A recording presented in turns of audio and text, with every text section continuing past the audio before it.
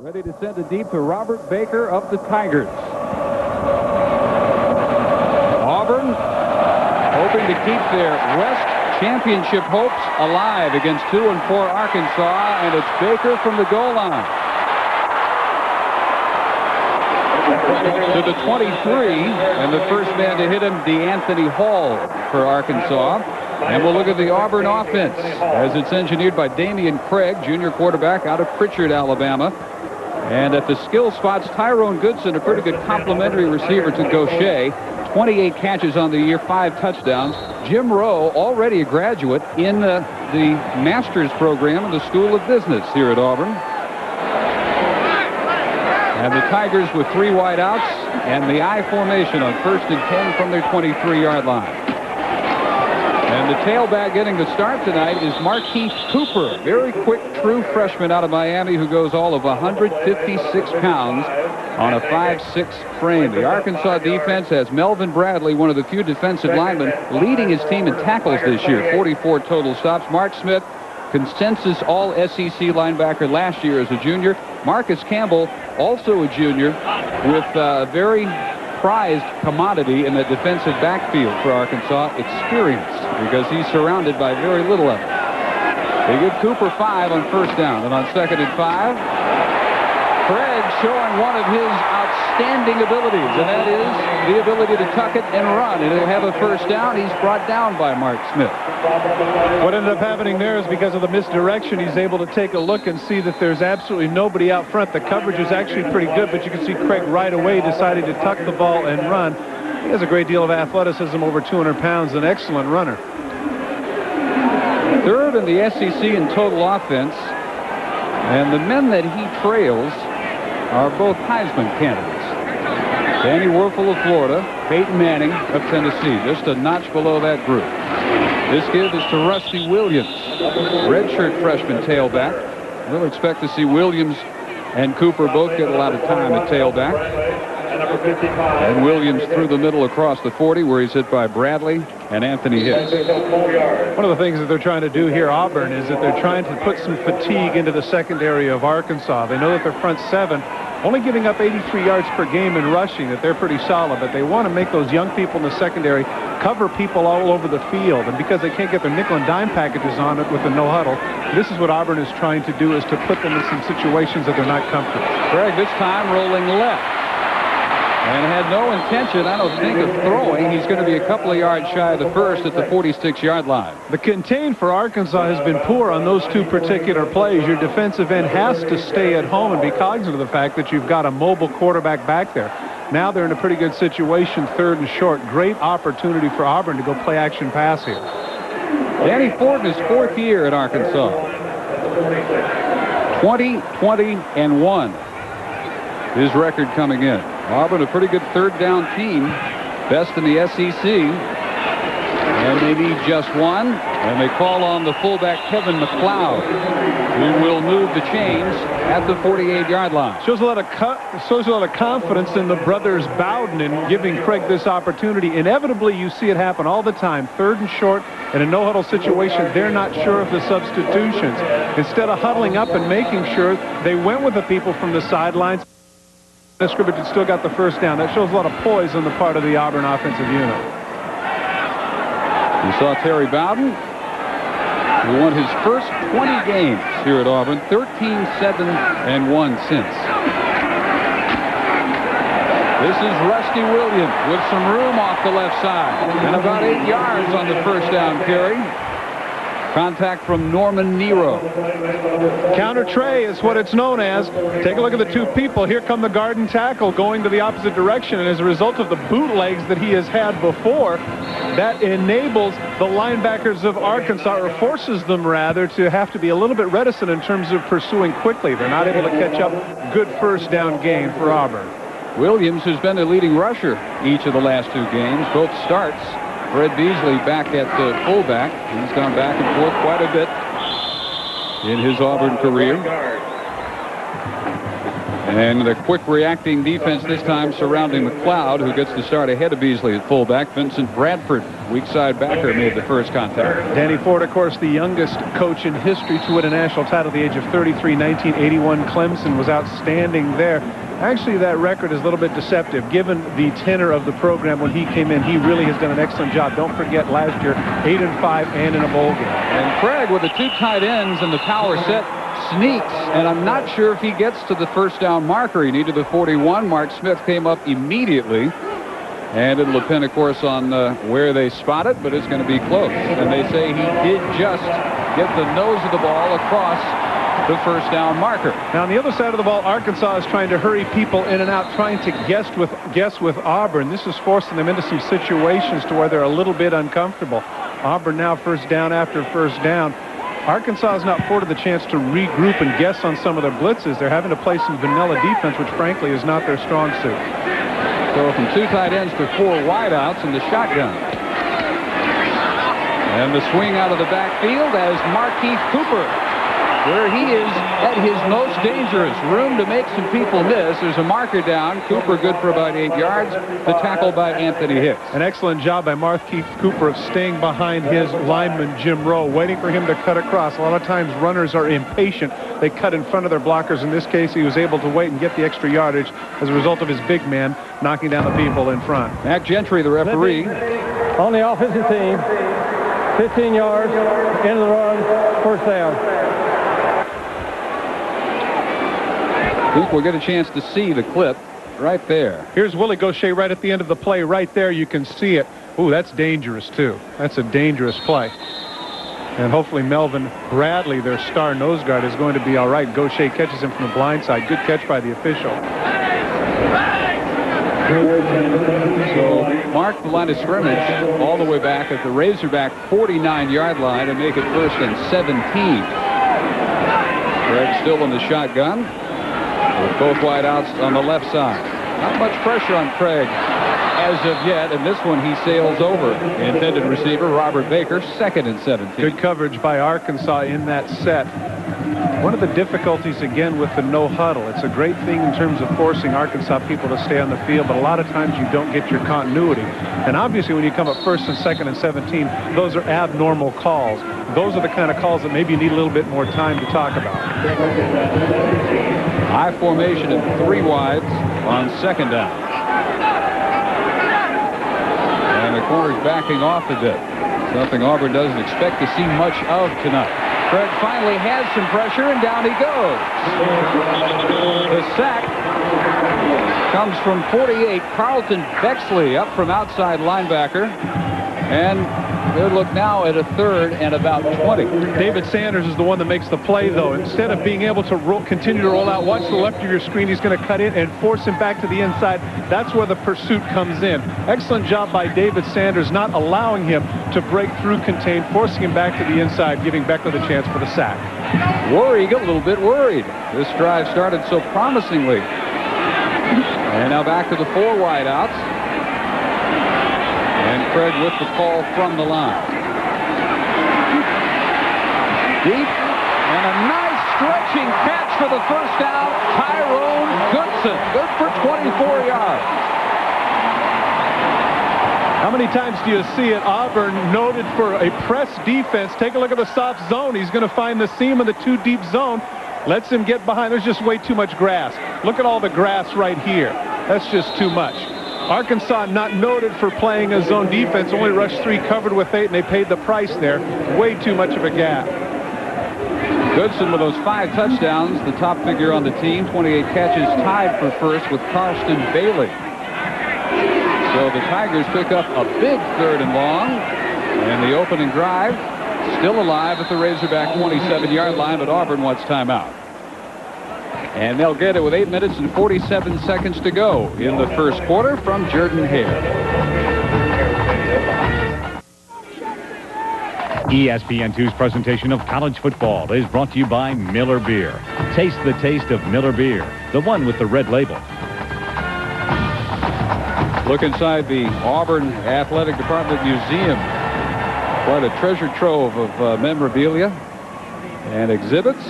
8:47 to go in the first quarter, and Auburn, after a timeout, looking at a 1st and 10 from the Razorback 27-yard line, having picked up a big 3rd and long on the 24-yard Craig to Goodson connection.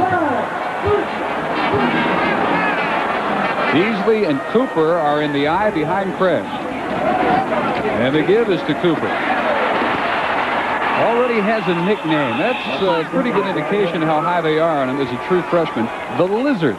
They say that's the best way to describe his running style. Average almost 8 yards per carry. And those, we are told, are accurate figures. Very, very small to be playing as much as he is in the SEC. Out for a play, Rusty Williams back in, and they stay in the eye on 2nd and 8. As the Hogs show blitz. And Craig feels some heat from Nero. Tried to get rid of it as a flag flies before he goes out of bounds.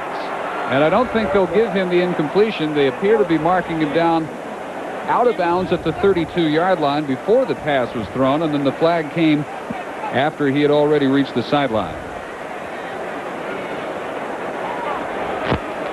So Mac Gentry to tell us about it. Intentional grounding. Ineligible receiver downfield.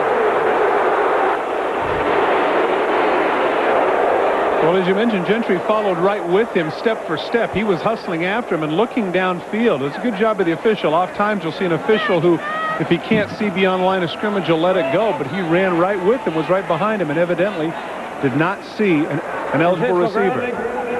Loss of down. 3rd down. So 2 key penalties now on this opening drive. They overcame the first, the clip by Gaucher. And this brings up the exact same problem they had before the pass to Goodson. 3rd and 20 with a loss of down from the 37-yard line. Well, if Arkansas uses wisdom here, they're looking at a situation where they could certainly, with their 3 wide receiver group, running all hooks, maybe get it down to the 30-yard line, get in field goal range. Oftentimes when you go here and try and get the entire first down, it's incomplete, and they'll be out of field goal range. So with the 4 wides, Craig from the shotgun steps up. Down he goes at the 44.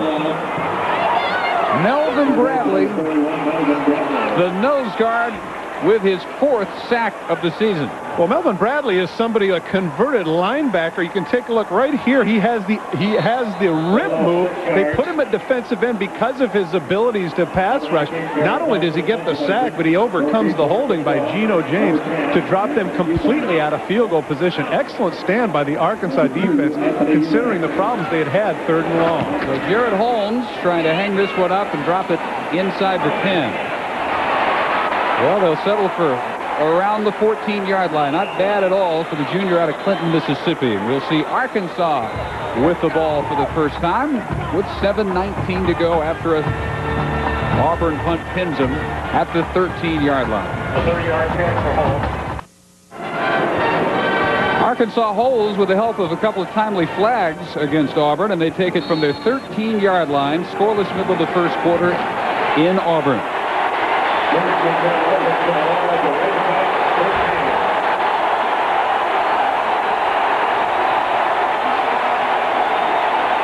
Pete Burks with the give to Oscar Malone, who is stacked up after perhaps a gain of 1. Shannon Settle makes the first contact. And let's check into the studio with Mike Adams. Well, Dave and Todd, an important game in the Western Athletic Conference. San Diego State hasn't lost to San Jose State in 21 years, but the Spartans score first. That Carl Dean touchdown pass to Damon Bowers puts them up 7-0, guys. Long way to go there. Those are some seriously blue uniforms, aren't they? Man. Arkansas credited officially with 2 on the first give to Malone. The second time he has a little bit more room off left tackle, and he reaches the 20-yard line. Let's check the Razorbacks starting offensive unit. Pete Burks out of Houma, Louisiana, son of a former Grambling quarterback. Anthony Eubanks, we've talked about, 33 catches, 45% of the total for the Razorbacks, and he has all 3 of their touchdown catches this year. Scott Rivers already has his degree in marketing. He's going for his master's in business administration. Out of Benton, Arkansas, key blocker along that front line at the left tackle. So 3rd and 2 for the Hogs, who go with 3 wides. On the option, Burks will keep and easily pick up the first down yardage up to the 28-yard line, where he's tackled by Ricky Neal. Auburn defensively: Shannon Settle, Brumbaugh, and Charles Dorsey starting for the injured Mark Smith up front. The linebackers, a good young unit. Neal leads them with 68 tackles on the year. Mostella and Spikes have garnered quite a few honors in their careers. True freshman Rodney Creighton from Dadeville, Alabama, getting a start for Jason Bray, the leading interceptor, with 4. He's not starting because he banged up a knee 2 weeks ago against Florida. Fake to Malone. Burks, chased by Quentin Reese, has a wide open man. Guess who? Anthony Eubanks. His first catch tonight. Takes him to the Auburn 44. Good for 29 yards. Spikes chases him down there. We talked at the top of the show that Burks needs to have a big game in the misdirection. This is where he's at his best. Fake, throwing on the run. Plenty of time, buys time with his feet. Finally finds his main man, Eubanks, cutting across the field. Nice catch, not a whole heck of a lot afterwards. Point that you just made with regards to the lineup, which is interesting. The man who was on him that time was Rodney Creighton, as you mentioned, the true freshman. Going to have a problem. 5'7", 160 pounds. Eubanks 6'1", 6'2", over 200. There's a physical mismatch there. Big hole opens up for Oscar Malone to the 37. Good for about 8. Marcellus Mostella on the tackle. Of course, Oscar Malone basically exchanging the lead running back responsibilities over the last several years with Madre Hill, who was taking a redshirt season with knee surgery. Malone, their leading rusher in 93-94, he sat out last year because of a knee. This goes to show how unpredictable this game is. Auburn is the one that's supposed to be the quick strike offense. Arkansas is the one that wanted to take some time off the clock. Thus far, it's been reversed. 2 tight ends. Malone looks for room left side, breaks 2 tackles, and has another first down, run out at the 26. Oscar Malone's physique is identical to Barry Sanders. 5'8". 200, 205 pounds. This is the reason why he's able to run through the arm tackles. Take a look. It looks like they're going to get him here right there with the arms, but there's just no way. Look at those powerful legs and arms in that case, breaking through the tackles of Houston and Mostella to get the first down. Youngster, very impressive thus far. And earning a breather. Almost 5 yards per carry. Best game, 123 yards. In the disappointing loss to South Carolina, the 800-yard game of his career. So Chris Chikuma, true freshman from nearby Montgomery, gets his first carry of the night. He breaks the tackle.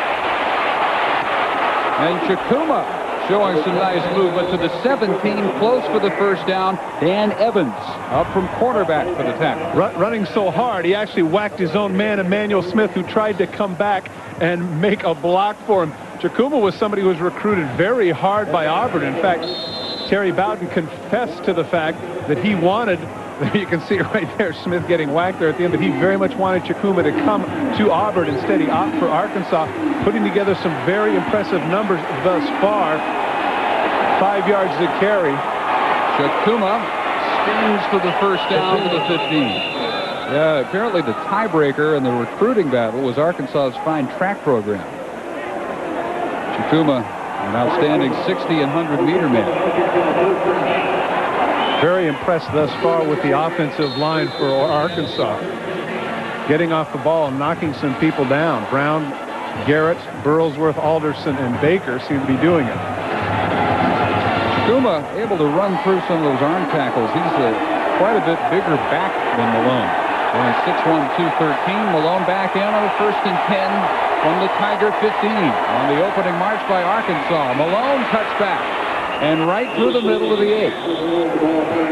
Martavius Houston up from strong safety to make the tackle. Take a look at what's happening to the pursuit of Auburn. Now they're going a little bit too aggressively now. See, they cut back against the grain. That enables Malone to go away from the pursuit and get the extra yardage. So far, the offensive line of Arkansas has basically been instructed, take them one way or another, let your running backs choose, and both Malone and Chikuma have done an outstanding job thus far. Offset eye with Jesse Cornelius in the block for Malone. Oscar Malone to the goal line. Touchdown.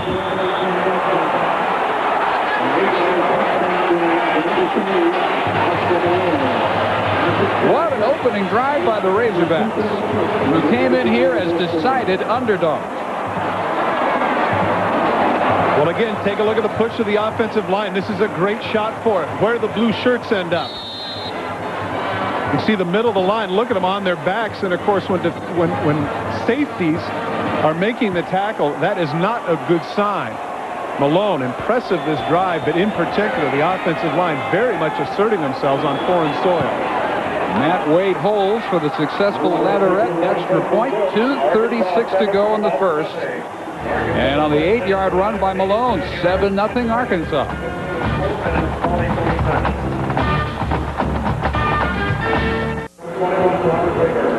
Takeo Spikes is certainly a worthy Butkus nominee, but right here, he is a little bit overmatched. Take a look here, too. Here comes the blitz. The offensive line for Arkansas says, no, we're going to take it on right there. Look at Spikes get taken out on the play. Outstanding job of blocking by the tight end, Mark Baker, enabling Malone to get into the end zone. And that drive began at their 13-yard line after the good punt by Auburn. 10 plays later, the Malone 8-yard scoring run. And Malone good for 41 of those 87 yards. Labarette's kick picked up on a hop by Baker, who was cut down at the 19. Return is ended by Shannon Sidney's tackle. Number 19 at the 19. What do you know? Craig ready to go back to work. The key play on the scoring drive happened around midfield on the connection to Eubanks. Well, certainly the misdirection is what afforded him that because they were running the ball so effectively. There's the misdirection. Burks comes across, buys plenty of time, plants his feet, and gets the ball to his main man, Eubanks, that got them across the midfield stripe. That was the key play of the drive, key play of those 87 yards. Craig to Willie Gaucher, and that's how he rolled up those 17 catches in last year's meeting. All-time Auburn record, good for 222 yards. They fell behind 27-0, as we said at the half. And Terry Bowden said the whole second half, they gave him a big 5-10 yard cushion. They just kept hitting the hitch, and slowly but surely they made that a game and actually had a chance to kick for the victory. So it had a field goal that the gun partially deflected and fell hard, 30-28. Gaucher a hero in defeat. Rusty Williams on a nice cutback. First down to his 35-yard line. Tackled by Philip Hayes. Had kind of an Alan Johnson thing working there in the middle. Take a look at leading with the right leg. Again, cutting back against the grain. Take a look at the hurdling, in case those of you that are track fans wondering what I said by Alan Johnson. There it is right there. Yep, sweet. Skims over the top, gets the first down. Edwin Moses, try that. I was trying to be contemporary. Alan Johnson was the gold medalist in '96 by hurdles. Fifth first down for the Tigers. High formation, 1st and 10. Play fake. Craig on a roll. Go and beat. And in double coverage, almost hanging on, is Karsten Bailey.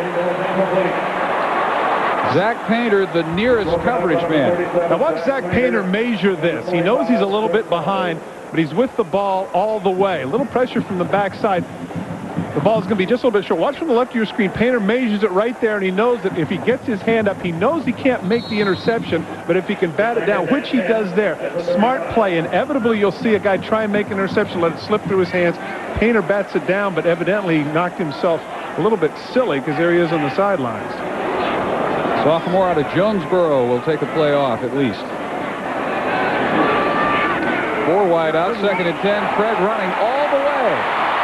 And Damian Craig knocked out near midfield with another first down and a gain of 14 yards. And Norman Nero, the outside backer, is just completely fooled on the play. Number 40 should have run right at the quarterback. He was anticipating the Utah pass or the shuttle pass. Take a look. He's going to come from the left of your screen. Number 40, he goes underneath. Now he slips right there, and he lets the quarterback run right past him. That's his contain. No reason for the defensive end to go after the fullback. He needs to go after the quarterback. So in the comparisons between Werfel, Manning, and Craig, that is, without any question, Craig's advantage. That ability to tuck it and make himself a running threat. Bit of a roll right. Wanted to throw that. Will keep again. And swarmed after maybe one at midfield. Good looking play by Mark Smith. Mark Smith, the inside backer, one of their leading tacklers at 40, is somebody who was in a spy position. He played right in the middle. He anticipated the screen. When Craig breaks out, he was sitting there waiting for him. Excellent job by Mark Smith, the inside backer. Jordan Hare Stadium in Auburn. Dave Barnett, Todd Christensen, and Pam Ward. 7-0 Arkansas inside the final minute of the first quarter. And a 2nd and 9 for the Tigers.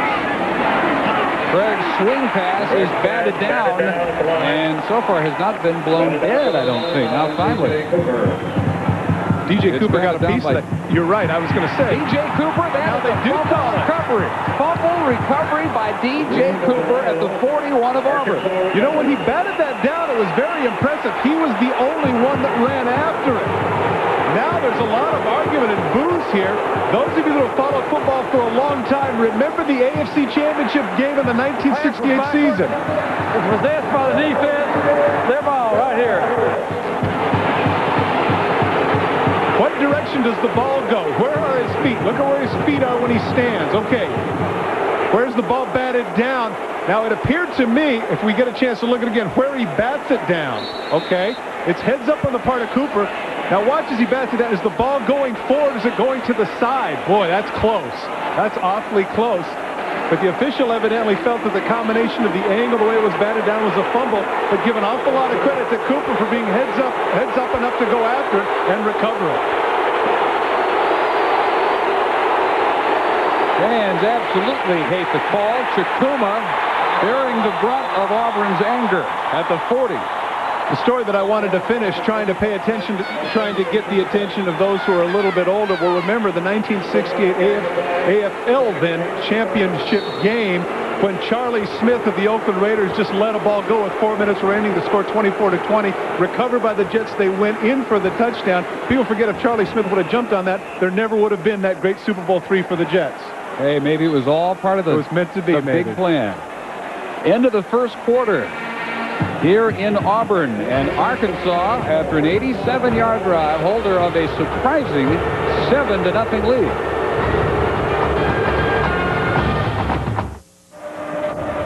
It's almost as if you'd have to be a physics major and engineer to comprehend this, because it really is close. Now take a look where Craig's feet are when he sets. We'll stop it for you just as he starts to throw. Okay, where's his feet? Okay, there are his feet right there. Now as he throws, take a look here at Cooper and where he bats the ball down, and his feet up in the air. He stops right there. He bats the ball down. It appears that his feet are about even with Craig's, and that's a very difficult call, but once again, you have to give him credit for following up after it. That could have influenced the officials with regards to whether or not it was incomplete. Auburn fans have had a few minutes to think about it. They still hate the call. On 2nd and 8, Chikuma weaves to the 34, where it will be 3rd and 3. ESPN has all the best in college football next Saturday at 12:30 p.m. Eastern. Number 2, Ohio State, and Pepe Pearson travel to Illinois. And then at 7:30 p.m. it's Dennis Riddle at number 10, Alabama, as they take on Kevin Falk and LSU in what will help decide the SEC West. First start your day at 11:30.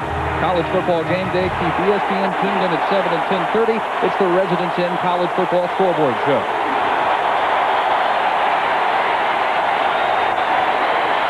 Burks on 3rd and 3. There's the favorite target. There's an Arkansas first down. Eubanks at the 27. Very basic question you have to ask here given these circumstances, and that is, we mentioned at the top of the show, that young man has caught 33 balls. The second guy has caught 6. Where do you think they're going? It just seems to me that you've got to double team him and make somebody else beat you. There's a situation. How can you give the guy that much room? I was told by the coaches he's about a 4'6", 4'7" guy, but boy, he's got fly paper for hands, obviously. Dogs go out of the offset I-2 tight ends, and Chikuma meets Takeo Spikes, and a late flag flies at the 25-yard line.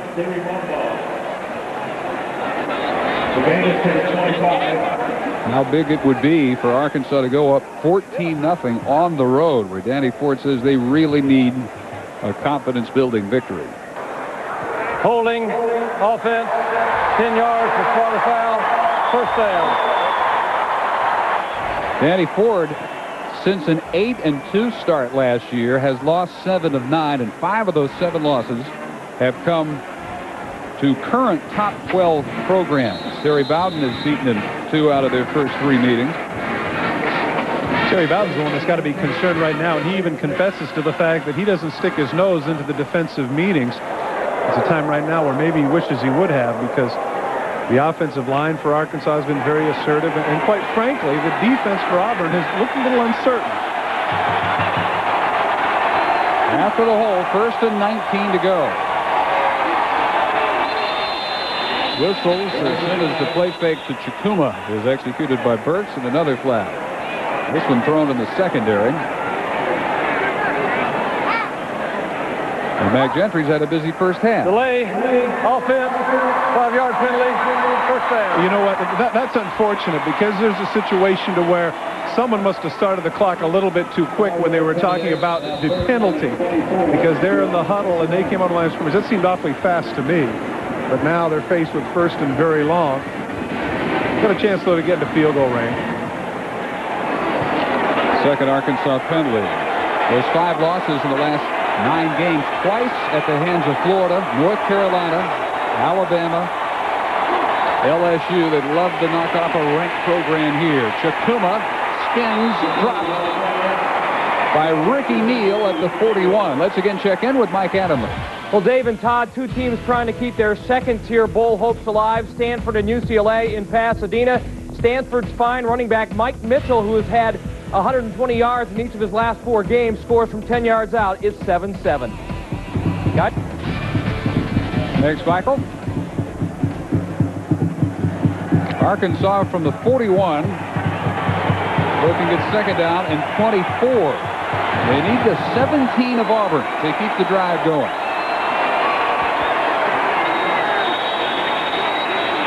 And again whistles before the snap, which would again make you think maybe another delay of game penalties in the offense. Delay, offense, second down. How does that happen twice on one drive? Well, you know, the easy excuse is to say that the quarterback he just turned 19 on Tuesday, so maybe he is a little bit inexperienced now. This time they've flat out gone to the sidelines and called timeout.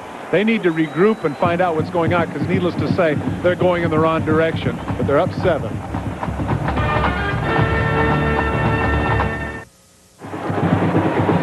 Seven to nothing Arkansas. Earlier we asked Terry Bowden what were his major worries as he looked ahead to this battle with the Razorbacks. The thing that concerns me most about Arkansas, one, is they'll control the football. Mixing the option with the pass, there's a good chance, they've done it against other teams, they can take 6- and 8-minute chunks off the clock. That's the most important thing. And secondly, they play a pressure defense against the rush, forcing you to pass into some tight coverage. And so that's the second thing that bothers me. Pressure defense and a ball control offense. And Todd, at this point, the ball control offense showing up big. Although Arkansas not holding an advantage in time of possession yet, but they ground out 87 yards the first time they had it. This is 2nd and 29. They swing it to Malone. Oscar with a couple of blocks reaches the 40, where he's tackled by Charles Dorsey. I like that call simply because of the fact that it's a safe pass, get some people out front, give Malone some running room, pick up a little bit of the yardage, and now, even though they're faced with 3rd and very long, they've got a chance to get in field goal range. Once again, Eubanks on the other side, I mentioned that the freshman Rodney Creighton is over, and he's given him a good 11, 12 yards. They've got a chance to get a hook pattern and get very easily into field goal range. Well, the matchup to watch, Martavius Houston picking up Eubanks. Burks hanging it up deep for him. At the goal line, deflected and almost caught on the rebound by Eubanks. Rodney Creighton back there to help out. And it'll be 4th and 22. Everybody's heard the song.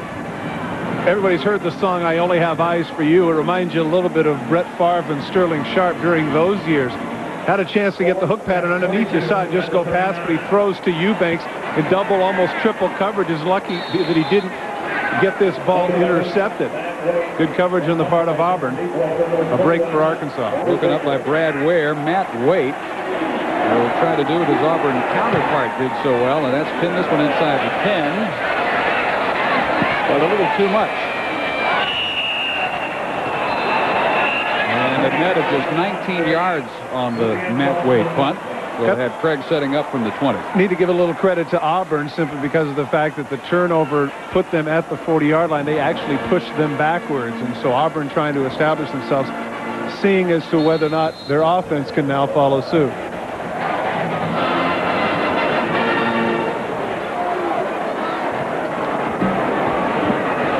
Auburn 5-2, 3-2 in conference play. Both these teams have one loss they would really like to get back, and in Auburn's case, it was the LSU game. They had about a half dozen different ways to win that one, and none of them went their way. Rusty Williams, marker down as he reaches the 25-yard line. In Arkansas's case, they would be 500 if not for their second straight season opening defeat to SMU. Referee threw the flag right in the lap of Victor Riley. That's one is pretty obvious. It was right between his legs. Arkansas also a winnable game that didn't go their way against South Carolina. Real close to 4-2. But what's your quote about the ifs and buts? I think that might be timely. That's not my quote. It's a Dallas guy. You're the Dallas guy. Well, Andy Don's quote. If they were candy and nuts, we'd all have a, yeah, okay. Backed up to the 9 and first and call it a real long 20. As Craig goes shotgun, rolls and delivers. And the catch by Baker, who keeps his balance and reaches the 22. Let's check in with Mike Adamley. Well, Dave and Todd at Bobby Dodd Stadium in Atlanta, Georgia. Florida State number 3 in the country, but Thad Busby having his problems. This is the second time he has been picked off there by Brian Wilkins. Georgia Tech leads 3-0.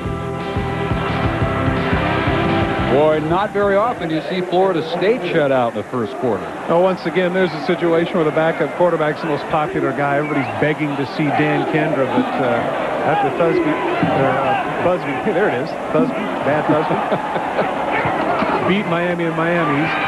He's earned the right. Down goes Craig. Ball is loose. A one-handed sack executed by Vincent Bradford. He was battling a blocker with one arm, reached out, forced the sack with the other. I'm telling you, he showed some power with that left yoke.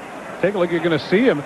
The blocking seems pretty good, and he's going to come around, as you pointed out, with the one arm. Pow, just like that. Trips him down, boy. Obviously, Bradford spent some time in the weight room.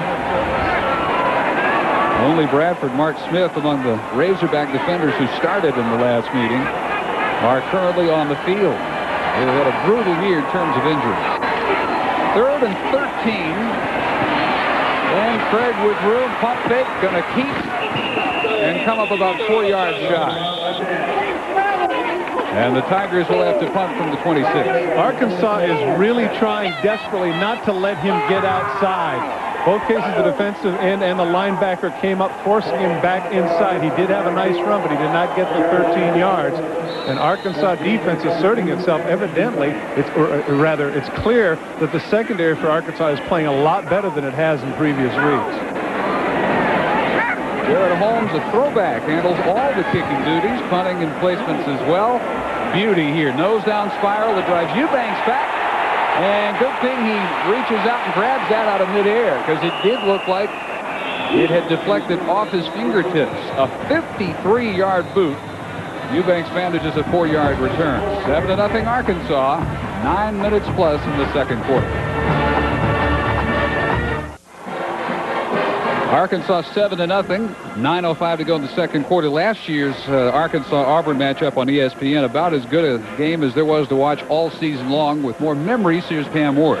All right, Dave, and something about Auburn not being able to score in the first half against Arkansas. It happened last year. Arkansas in Little Rock outscored Auburn 27-0 in the first half. They took a huge lead, scoring on all 5 of their first half possessions, 27-0 at the half, but Auburn did not give up. They cut the lead to 30-28, scoring 4 second half touchdowns, had a chance to win it on the last play of the game with a 52-yard field goal try by Matt Hawkins. was no good. Arkansas survived 30-28. You know what, in fairness, that is a tough one because I missed from 51 in the pregame, so I know what it is. 52's tough kid. You were oh so close. I was. Missed about a foot and a half. Well, Danny Ford said he'd play true freshman Clint Sterner at quarterback. He's in, and he throws behind the intended receiver, a fellow true freshman, Michael Snowden. Last year, there's the 17-catch record for Gaucher. Patrick Nix, 34 of 52 for 387. Eubanks for Arkansas, 8 for 108 in the score. When they led at the half, 27-0, that arguably was Arkansas football at its 90s peak because they barely held on since the 8-2 start. As we said, they lost 7 of 9. 0-3 in the conference this year. They're looking good here so far as Sterner falls on Malone and not much there off tackle. Jimmy Brumbaugh on the tackle as we again listen in on Mike Adamle. Well, Todd, you were talking about Florida State's backup quarterback becoming popular. What about Georgia Tech? Joe Hamilton here throwing a pass he shouldn't have. It's picked off by the Seminoles, Lamont Green, and he lumbers the distance 56 yards. 7-3 Seminoles in the second quarter, guys. Well, good news at least for one Bowden tonight. Well, good news for me, too. Mike Adamle's listening to me. Cool. I thought he was just there, you know, eating caramel corn and checking out the game. Oh, man. Malone in the passing situation carries and is going to be close, but not quite on the first down. Brad Ware up on the tackle. Here's one of the reasons why Takeo Spikes is a Butkus nominee. It looked for all intents and purposes like at 5'8", 205. He had it working that he was going to get the first down. Spikes, along with teammates, got in on the whack and dropped him before he could get the first down. Fourth and very short, but this is not a situation where you want to go for it. Up 7-0 at a visiting place. Good-looking hit by that young man. You wonder why go to Sterner, the backup. And the reason, in Danny Ford's mind, as this punt sails and is fair caught by Gaucher, the reason is he didn't want to get into a situation where he couldn't play Burks because of injury and had a backup who had 0 action. So Sterner's gotten in at least briefly.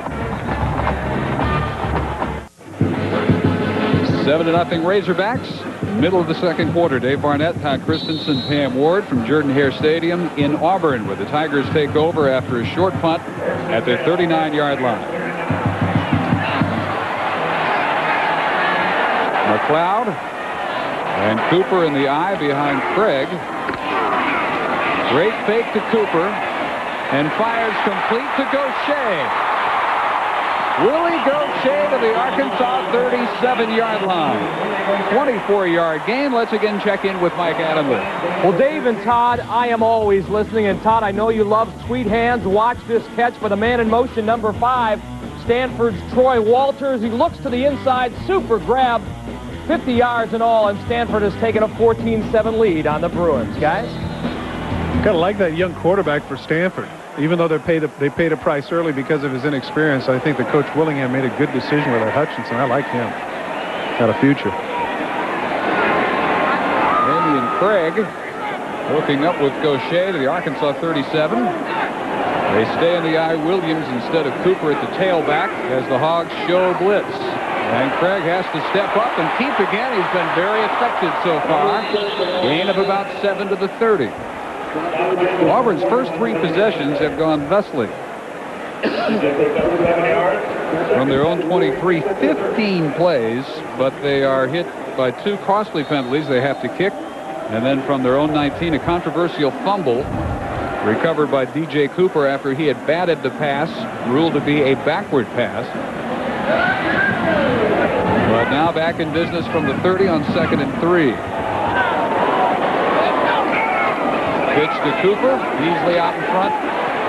Cooper with a marker down to the 23, and if the play stands, good for a first down. Nice blocking by Jim Rowe. And Jim Rowe's the one that's going to get called for the hold. Big-time takedown. Well, that's why it was such an effective block. For the senior from Malden, South Carolina. Holding, offense, 10 yards before the foul. Second down. Yep, coming back. Familiar story for Terry Bowden. He has seen them move the ball, but they continue to be their own worst enemies. Take a look at the right of your screen, number 73 right here. Take a look at the end of the play. Got him, and that's as soon as they go down at that particular angle, and when your arms are around him, well, that's really a tough call, but the officials made it. Ryan Hale, the man wrapped up by Rowe, 2nd and 15. On the 4th Auburn penalty, already costing him 49 yards. Craig well protected. There's the hitch. And there's Gaucher. Takes 3 hogs to bring it down at the 34. Catch the most famous marathon in the world tomorrow morning at 10:30 on ESPN2. 29,000 runners from around the globe will weave their way through the 5 boroughs in the 27th annual New York Marathon. Have you ever run a marathon?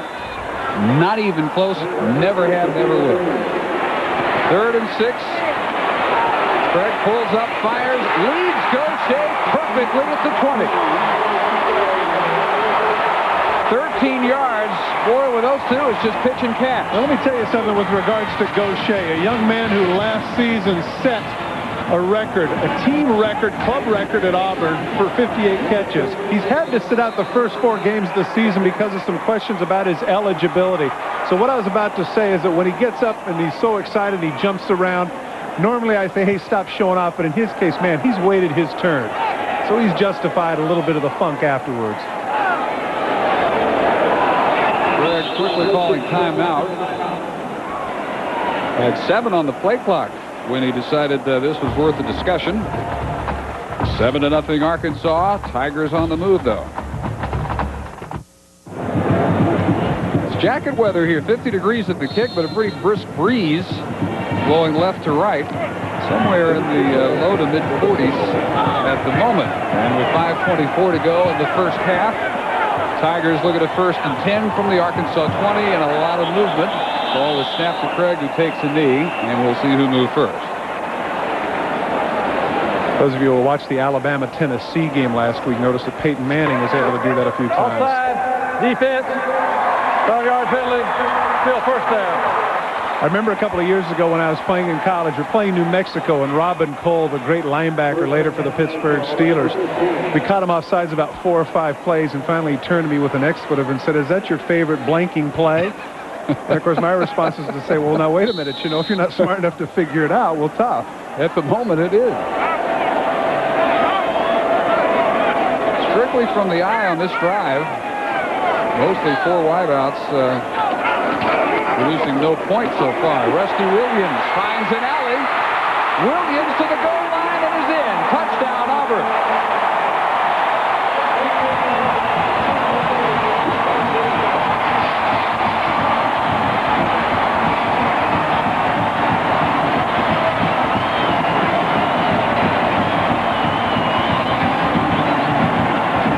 Redshirt freshman from Moncks Corner, South Carolina. 15 yards, his 2nd collegiate touchdown. Good blocking downfield by the wide receiver as well. Jeremy Zills holds for Jared Holmes, who can tie it, and does.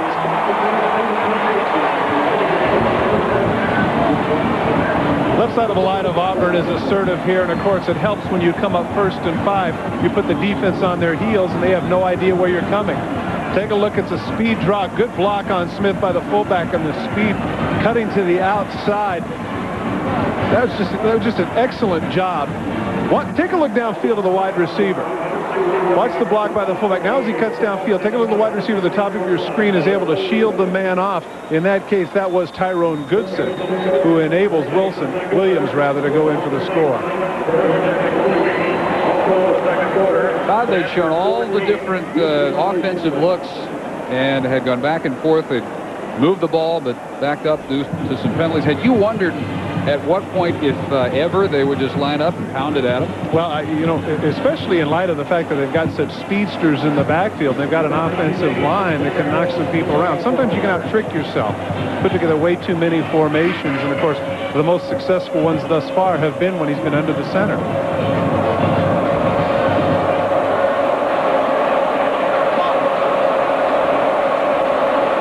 Holmes set to keep to either Hubert Loudermilk or Deron Moss of Arkansas, waiting at the goal line in a 7-7 game. And this one handled by Moss at the 1. Ball comes loose. Whistles blow it dead, I believe. We heard whistles before we saw it recovered. And they signal Arkansas ball. And, of course, the fans already hot about the previous loose ball ruling on the backward pass, which was also ruled Arkansas ball. So they hoped it would even out here, but the Hogs will take it from their 23. Auburn scoring drive, 5 plays, 61 yards, a key connection to Gaucher, and Williams carried it in from 15. Burks back in at quarterback after Sterner had a very brief series. And the catch made at the 29-yard line on a knee by Loudermilk. Let's again hear from Mike Anderman. Well, Dave and Todd, Florida State starting to create some separation between themselves and Georgia Tech. We all know about Warwick Dunn. How about his backup, Rock Preston? Tough job of running. He gets into the end zone. Number 3, Florida State now a 14-3 lead over Georgia Tech. Guys? How many programs would Rock Preston be a backup in? I was thinking the same thing. I never did understand that. Why, you know, he's got to be a real team guy, because I'm thinking that when Warwick Dunn was there, he would have wanted to go someplace else. Chris Chikuma. Pretty good power back at 213 pounds to the 33. He'll be close to the first down marker. Good opportunity here for Arkansas to go with some of the option that they've been so effective with throughout the season. That's Marvin Caston, by the way, Todd, the linebacker, getting some attention. I was about to say that one of the things that they did earlier in the drive that actually gave them the key first down was 3rd and very short. They went with the option. Auburn was unprepared for it, got the first down, and of course that precipitated the rest of the 87-yard drive that they got for the touchdown. Well, Chikuma got it close enough to bring the chains in. And not quite first down yardage. I'd have to concur with you. I really didn't understand putting Sterner in that situation that they had, and of course it ended up being 3 and out, very costly, and then followed with a 27-yard punt. So I understand that the young man needs to get some playing time, but certainly not in a crucial situation like they had last series.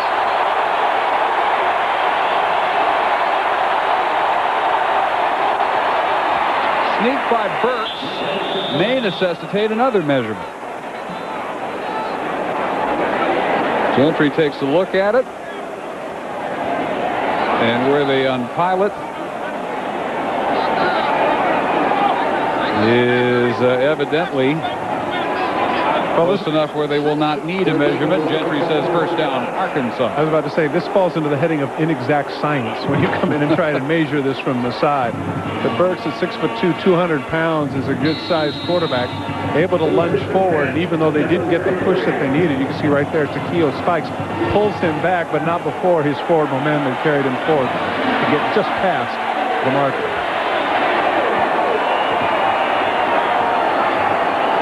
3.5 minutes to go in a half. Hogs hoping to go in with a lead. Eubanks breaks open. Pass was thrown too late. And he caught it alongside the Auburn bench. ABC has all your regional college football action next Saturday at 3:30. Northwestern visits Iowa. Washington State travels to UCLA. Clemson battles number 16 Virginia.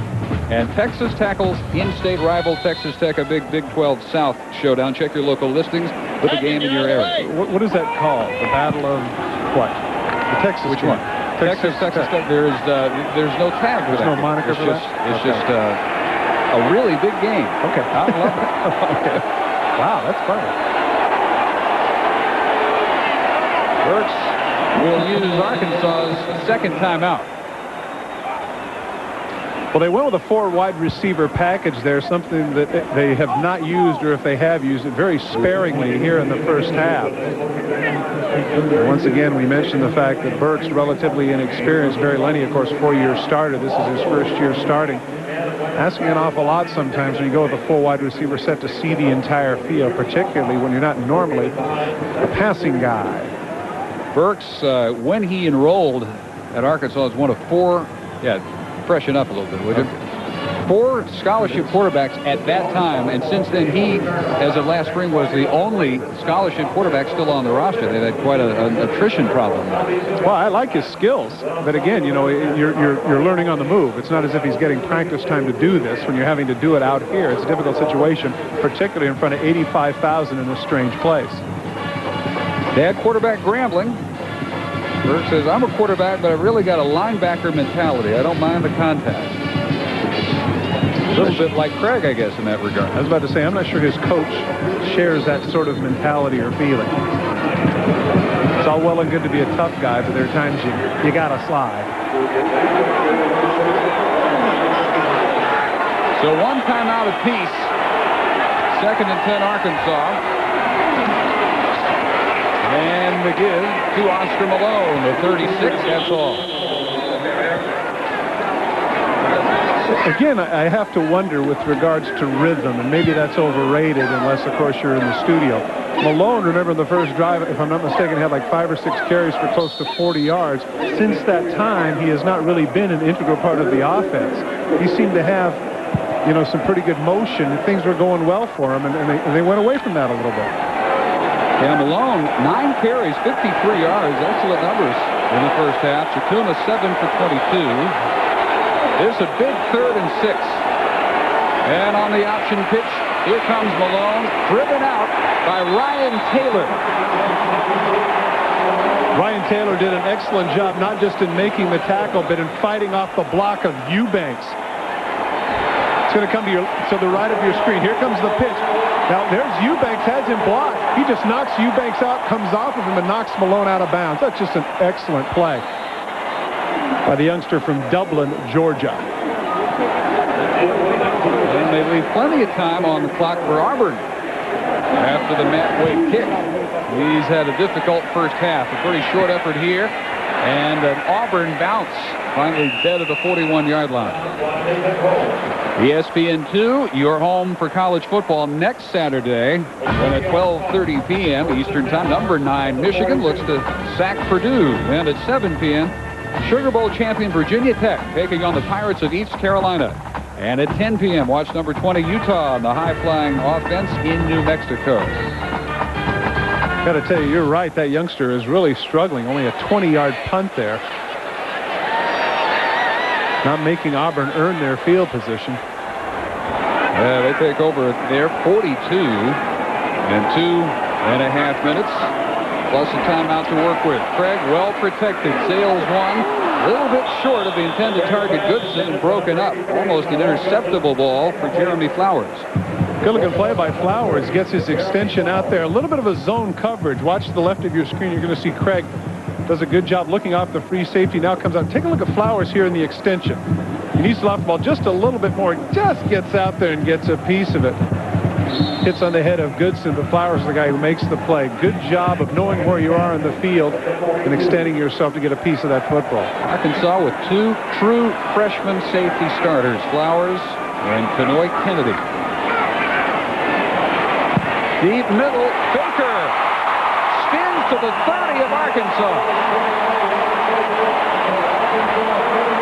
32 yards, wide open spaces over the middle for Robert Baker. Similar situation if you're with us earlier, if you recall. Here's the zone, and he finds the gap in the zone. There's just too much grass there. Getting it too deep, spins off, makes the catch. And again, give some credit to the offensive line of Auburn. Craig has had an awful lot of time to throw here in the last 2 series. So they come with a house, and Craig wrapped up by Mark Smith. The press man defense, which has become all the rage in college football. Well, they at least need to come with a living room or bathroom, maybe not the house, but nonetheless, what's been happening is they come with 3 and 4 people, and they're putting themselves in situations they're not used to. We've talked about the fact that they've got youngsters in the secondary. Give them a break. Don't give Craig time to see the field. That time they came with Smith and knocked him down, did something different. Good call by the defensive people of Arkansas. timeout called by Auburn, their final timeout of this first half. Terry Bowden earlier telling us about Damian Craig and the confidence factor. He just must believe in himself, and believe it when I tell him he's a very gifted special quarterback. Don't worry about the comparison game, because, I mean, can you imagine the two conference guys that he has to compare himself with are Werfel and Peyton Manning. Spurrier calls Werfel the greatest quarterback he's ever coached and one of the greatest he's ever seen at being a quarterback. Peyton Manning has been called a franchise maker in the NFL. And you're right. What does that make him? At the very worst, he could be the third best quarterback in the country, but all he is right now is the third best in our conference. Well, a couple of guys by the name of Sarkisian, Walwork, Dreisbach et al. Might get in the way of that particular pronouncement, but he is an excellent quarterback. I think one of the things youngsters should be cognizant of, don't play that game. Don't play that game of comparison. Make your own mark. Craig with time. And the catch by Goodson. Tyrone at the 11. 29 yards. Zach Painter chases him down with 1:43 to go in the half. Once again, trying to shift up their defense, you got to give them credit. Arkansas is trying to do some different things, but again, Craig has a good 4 or 5 seconds time to throw. He's able to find the short corner out in between the zone defense of Arkansas. Rusty Williams in to replace Fred Beasley in the backfield alongside Craig. Now whistles on the final timeout of the half by Arkansas, making sure they had the right men defensively on the field. SEC total offense leaders, you got Damian Craig right behind those two, 207 yards per game.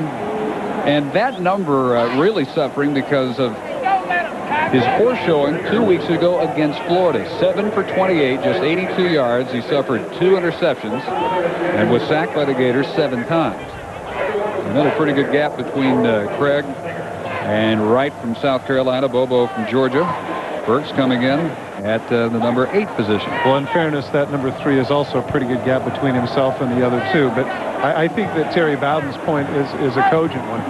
That is that the young man should not be comparing himself with people that in one case you've got a guy who's arguably going to be the Heisman Trophy winner in Danny Werfel, and the other guy who, if he opts to come out and leave college, is probably going to be the first pick of the NFL draft. So I guess if you're going to measure yourself against somebody, those are some pretty good guys to measure yourself again. But again, you can drive yourself crazy if you're trying to match up number for number with guys of that caliber.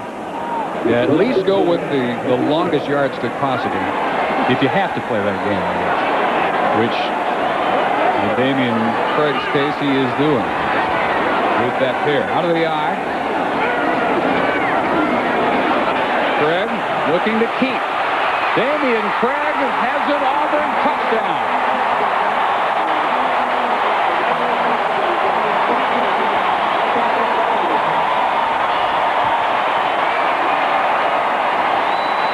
And it's worth saying again, that's something you won't see Werfel or Manning do. You pointed it out earlier. This is something that he does so very well. Right here, he takes a look, and he sees that it's really not close. Right there, he's decided he's going. And he gets a head of steam coming up. Don't forget, this is a 205-pounder. He's not likely to slide, and he certainly didn't there. The Holmes extra point is perfect. 14-7 Auburn. Take a look at what point he decides that he's going to run. The pulling guards fool the linebackers because they think the play is going left, and right here, excellent speed. My guess is he's probably a legit 4.6, gets the ball into the end zone, shows some excellent power for a quarterback. There's a point here to where if you look and you see that your receivers are within a yard or 2 yards of one another, particularly when it's that close to the goal line, you're going to give it a shot and tuck the ball underneath and go, and Craig certainly did that.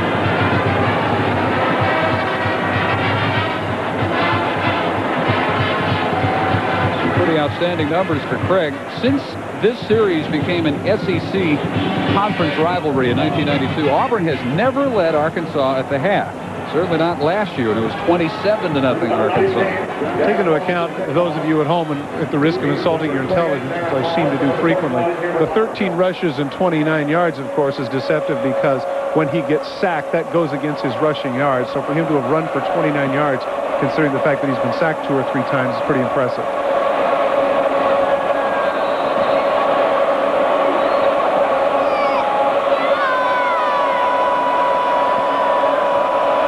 Loudermilk and Moss are back. Holmes' kick, though, is unreturnable, and taking a knee is Loudermilk as we take it back to Mike Adamle for a halftime preview. All right, thank you, Dave. Coming up at halftime, scores and highlights from this day in college football. In the top 25, number 1 and number 2, Florida and Ohio State roll on, while the magic runs out for Northwestern. Plus, the big red machine marches on. Nebraska, an easy winner over Oklahoma. All that and more coming up at the halftime. Gentlemen. You know, usually about this time of the season, you start to see upset after upset. Today is the day of the blowout around the conference, and for that matter, around the country. What we have here goes against the grain of the afternoon's result.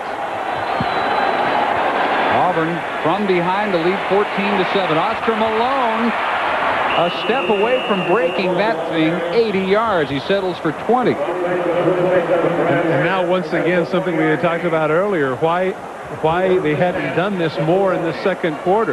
You mentioned the fact that he had 50-some yards, but 41 of them came in the first quarter. Now, with the excellent run, they put themselves in a situation now where Burks can throw the ball down the field and hopefully get Arkansas into some field goal range. No timeouts on either side, and 1:11 and counting. 1st and 10 from their 40. Burks with 4 wideouts and good protection. Eubanks in a crowd pulls this one down, reaches the Auburn 39-yard line. That's good for 22. So 2 snaps, 42 yards. You know, it's amazing to me. They have the 3 wide receiver set. The 2 wide receivers on the left side are in single coverage. Eubanks cuts across the field with 3 blue shirts. He still finds it. Amazing. Never looked anywhere else. He didn't.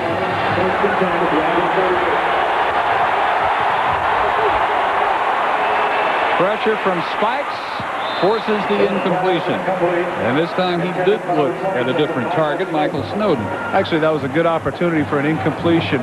They're certainly going to rue the moment that they opted for the timeout down there when the clock was running and Auburn was going into the end zone. They really need a timeout here for nothing else than to set up the field goal. But again, this is going to put some pressure on the youngster, the 19-year-old, as to how to manage the clock given the situation. When to throw into the end zone, when to throw in the middle of the field. Danny Ford looking at trips on the right side. Malone setback. Burks underthrows this one, intended for Loudermilk. 37 seconds to go. 3rd and 10. And we asked Ford yesterday why so many passes in Eubanks' direction. Is it that he is that much better than the rest of their receiving corps? And Ford seems to think that it's not necessarily a matter of more talent as it is a matter of more experience. And Burks, as a young quarterback, goes where he's confident. Well, he makes the point that some of the other prominent teams like Tennessee and Florida can afford the luxury of wasting a down, knowing that they can come back with a big play. Arkansas does not have that luxury. Same set. All-out hits. And the catch by Snowden for a first down at the Tiger 19-yard line. It goes for 19 yards. Well, as they say, you live by the blitz, you die by the blitz. They come with 7. Arkansas picks it up plenty of time. He picks on the freshman. Watch at the end. He bobbles the ball just a little bit. But he comes up to catch in the middle of the field. Now the clock is running. He spikes the ball with 28 seconds remaining. Heads up on the part of him this time to get the people up quickly and not waste time. The distribution tonight, pretty well what the pattern has been all year. Eubanks 3 catches for 58, and no one else has more than 1 catch so far. Now, when he spiked the ball, he ran over to the sidelines to get the play, and now the play clock is running, and it's down to 15. He's going to have to hustle his people up to the line of scrimmage. Auburn moving to get an extra backer in. Mostella replacing Taylor, a safety. Burks does get the snap in time. And Eubanks again catches it too late. Pressure came from Mostella. Eubanks was open inside the 10. Pass wasn't there in time. Ball well out of bounds. Trying to drag the 1 foot, but he just can't do it. Again, Burks having to throw off his back foot. Absolutely hammered by Mostella. I'll tell you what I like here. Very unexpected with 23 seconds left as they went for the quarterback draw. Spread your people out, run up the middle, because they're going to rush probably with 4. They don't want to run a blitz here.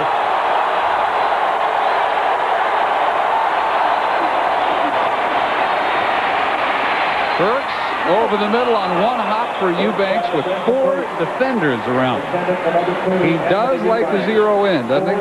That'll bring up 4th down, 18 seconds to go, and on will come Latterette, the field goal crew. You knew that was predictable there for Auburn's defense. They'd rush 4 and put 7 in coverage, and as you pointed out, you knew they'd double or triple cover the wide receiver.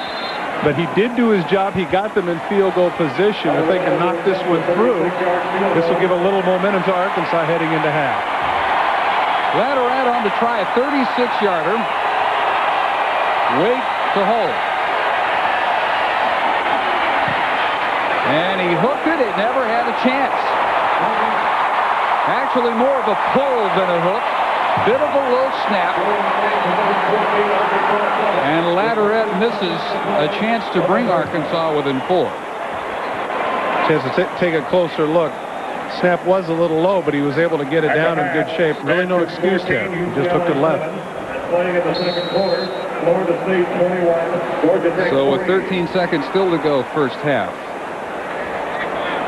Danny Ford trying to console his young sophomore, Todd Latterette from Pensacola, Florida. And what will Craig have in mind? You're sure that was consoling? Maybe admonishing. Yeah. Maybe a mixture. Somehow I don't think he's coming over saying, don't worry about it, that's okay. Well, that is the end of the first half. Arkansas up early 7-0, but Auburn storms back. And they take a 14-7 halftime lead at Jordan Hare Stadium. Let's return you to the studio and Mike Adams. Okay, thank you very much, Dave. And just a moment, it was a day of rivalries and traditional rivalries in college football. On this first Saturday in November in the SEC, Florida and Georgia hooked up in Jacksonville. A huge day for Danny Werfel. The Gators were running wild over the Bulldogs, and Tennessee's Peyton Manning also red hot against South Carolina. That's all ahead at halftime. Our score one more time at the half, Auburn leading Arkansas 14-7. We'll be back with scores and highlights right after this timeout.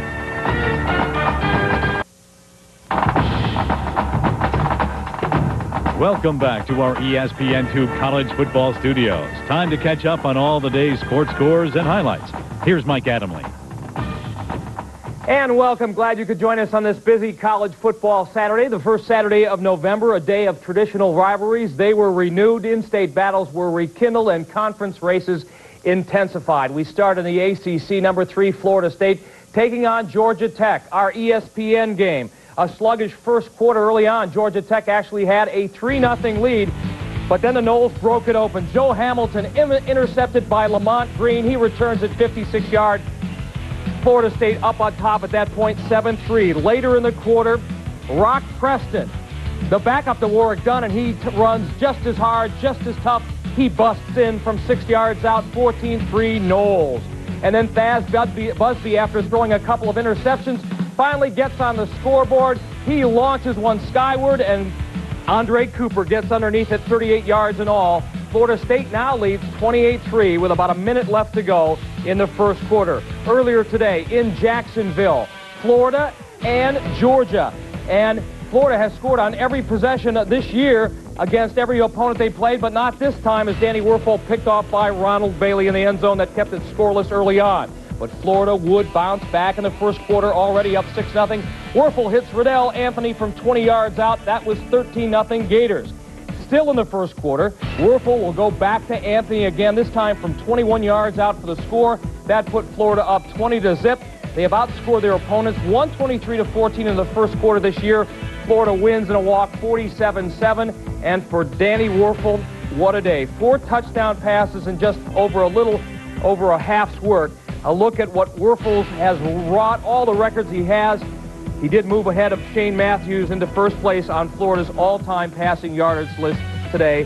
What a player, and he's probably going to win the Heisman Trophy. Tennessee and South Carolina. Peyton Manning didn't do too poorly either. Early in the first quarter, Tennessee up 7-0. Anthony right here.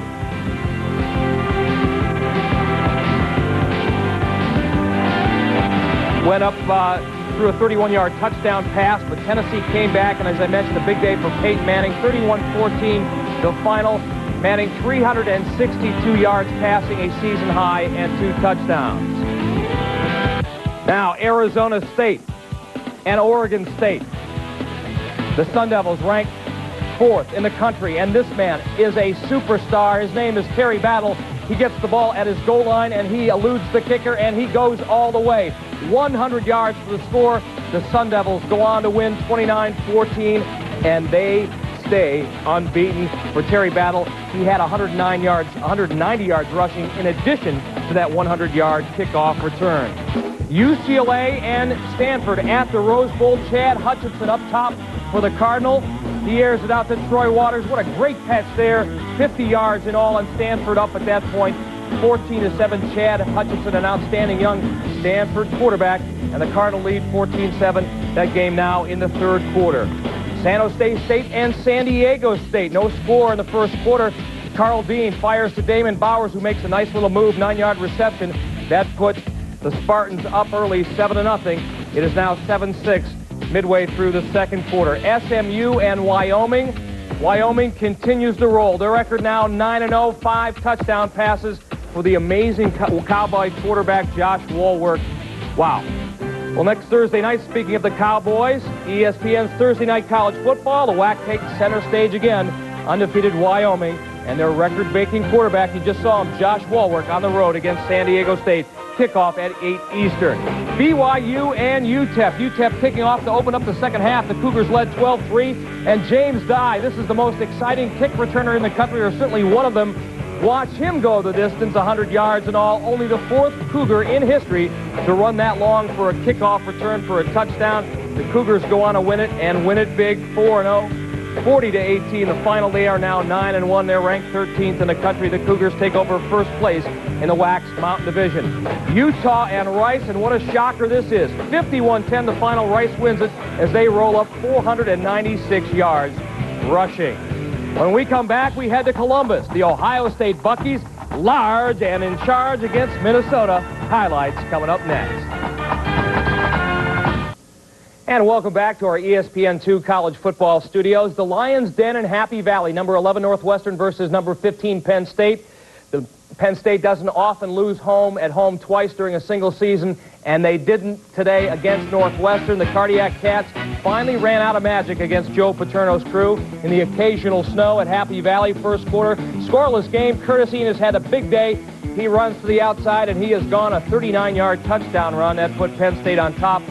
7-0. Enos on the day, 167 yards and 1 touchdown. Wally Richardson also had a great game. So he hooks up here with Joe Juravicius.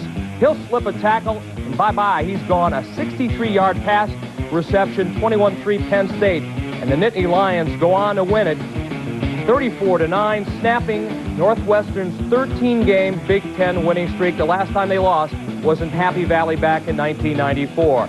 In-state rivalry, and this could have been the day that Michigan State was all upside down. At least their flag was, but early on it was all Michigan. Scott Dreisbach, that pass right there to defensive back Charles Woodson going both ways again today. Michigan scored 21 points in the final 2 minutes of the 1st half, and they went on to win it by a count of 45-29. Their record now 7-1. Number 25, Iowa at Illinois. The Hawkeyes win by 10. The Illini had outscored Iowa 122-17 in their last 3 meetings. They were 3-0, but they lost today. Minnesota and number 2, Ohio State. This is the kind of day it was for the Golden Gophers. Ohio State was a little sluggish early on, and then their defense took over. Corey Sauter intercepted by the freshman, the true freshman linebacker, Andy Katzenmoyer, 41 yards. And yes, what is this guy doing? I love those striped shorts.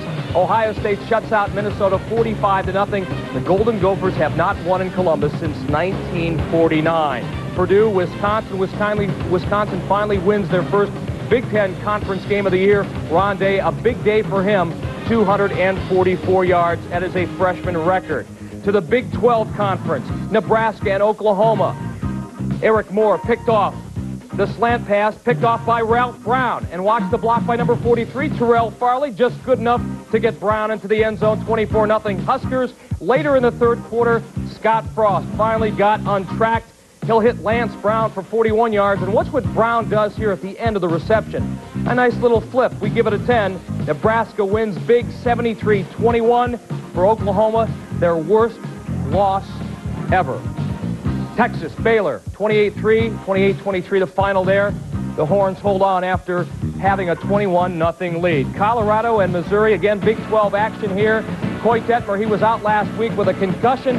Watch him fling deep for Ray Caruth. He makes a nice little move, and then Ray Caruth turns on that 4.2, 40 speed, 69 yards in all as Colorado rolls 41-13. And for Coy Detmer, a school record 457 yards.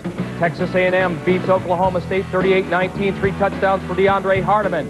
North Carolina State and North Carolina, another in-state rivalry. Carolina runs its record to 7-1, 8-1, I should say, as they win 52-20. Number 16, Virginia beating Duke 27-3, another ACC action. Clemson beats Maryland 35-3, the final count. Well, it's halftime down in Auburn, and the Tigers leading the Razorbacks 14-7. We'll be right back to our ESPN2 College Football Studios after this timeout. In Big East Conference play, Syracuse trying to stay in the driver's seat against number 18, West Virginia in Morgantown. First quarter action, Brian West back to punt, and watch the Oranges' Dion Maddox. He gets it at about his 28. He goes left, avoids a couple of tackles. So long, sayonara, he's gone. 72 yards and all. That put the Orangemen on top 7-0, and they go on to win rather handily, I might say, 30-7. The final count, Syracuse had 7 sacks.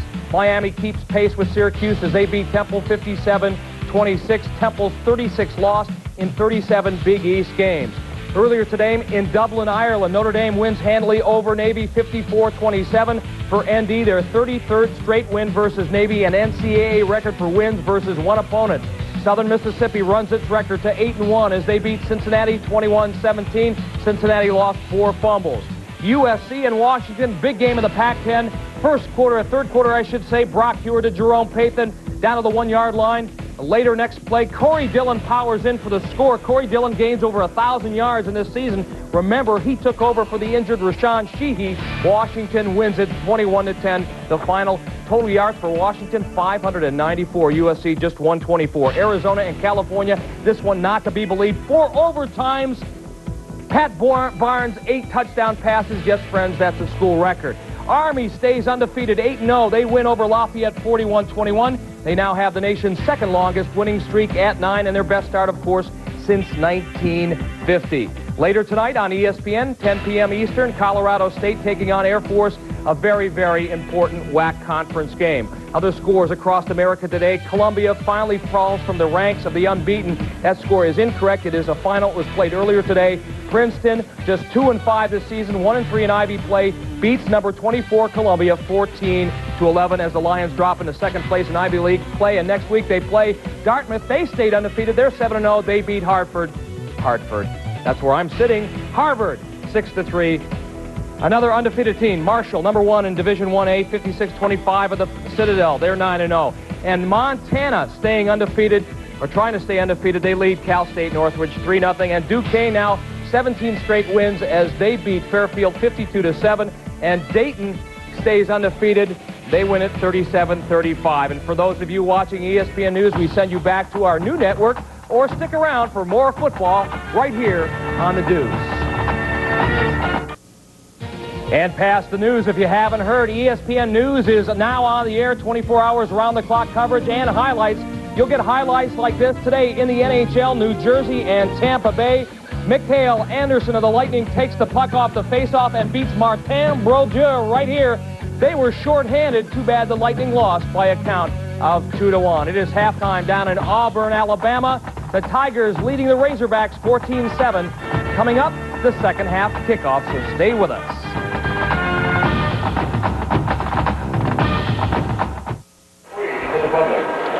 Arkansas led early, but 14-7 Auburn is our halftime score. Back here at Jordan Hare Stadium, Dave Barnett and Todd Christensen. Arkansas from their first possession on, looking like a team that's ready to pull the upset tonight. And the late score by Damian Craig got Auburn the halftime lead, but a very competitive first half. Well, it certainly was. I'm surprised that one of the things that Arkansas was able to do early, particularly in their 87-yard drive, was to establish the run. I really thought that their quarterback was going to have to get things going. But here you can see the offensive line asserting themselves. Malone gets in the end zone. Then on the other side, Williams cuts to the outside, gets a good block by Goodson, and is able to get into the end zone. And, of course, Damian Craig, the man of the hour, a tremendous statistical first half. This time he does it with his legs instead of his arms. And, of course, the missed field goal by Arkansas at the end of the half, I think, was pivotal because they had an opportunity to go in with a little bit of momentum, and instead they shanked the 36-yarder. Arkansas runs for 103. Auburn passes for 149, and thus a total yardage edge at 223, 193. Arkansas with Moss returning the second half kick and reaching only the 15-yard line. Let's check in on the sidelines with Pam Ward. All right, Dave, and you were talking during the first half about the way that Auburn's offense certainly wasn't very basic, but Terry Bowden said actually he was very satisfied with what the offense did.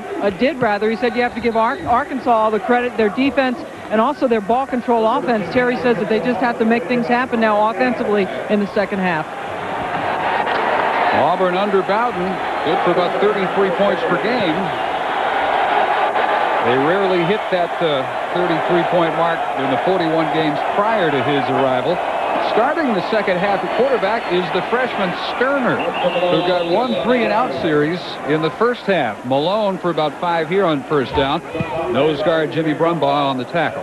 My guess is that here's a situation where, yes, Sterner's going to get some time, but they really want to reestablish the running game. You know, in the first half, Oscar Malone, 11 carries for 74 yards.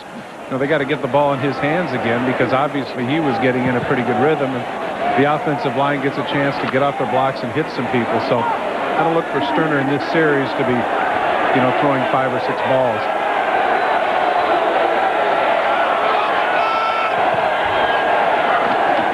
Malone again on the handoff. Stood up by Spikes. No gain. And he now may have to think about passing on what will again be third and about 5. One of the things that they lose, obviously, with Sterner is the fact that he's not quite the option quarterback that Burks is. And so, possibility here for the Auburn front seven to pin their ears back and go after the youngster. I asked Danny Ford yesterday about Sterner, how he described him. He said just a big old raw bone kid from Texas. Spikes off 18 tackles against South Carolina. Stood up Malone there, 3rd and 4. And Sterner has his first completion bobbled and intercepted by Ware for Auburn. Brad Ware brought down by Malone at the 10.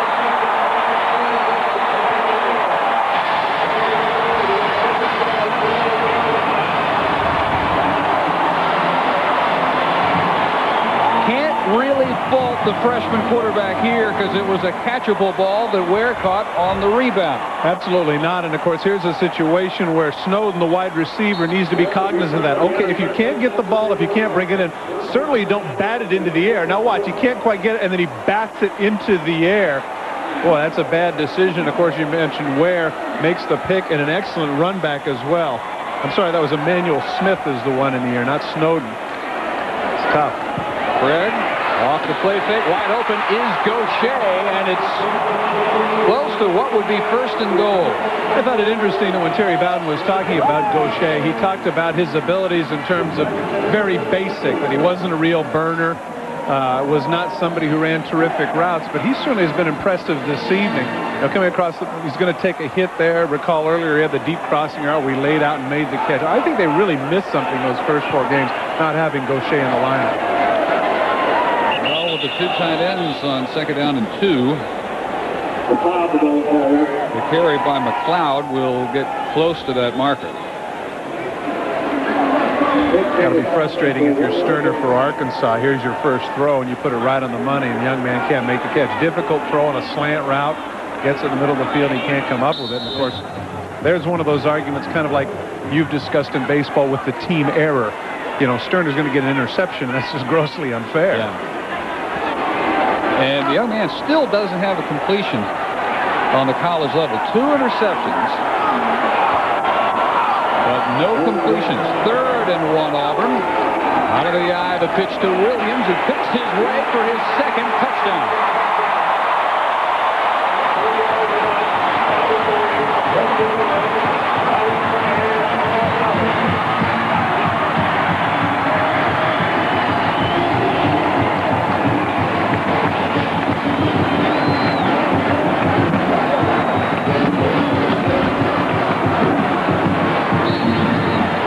That Auburn in total command of the game.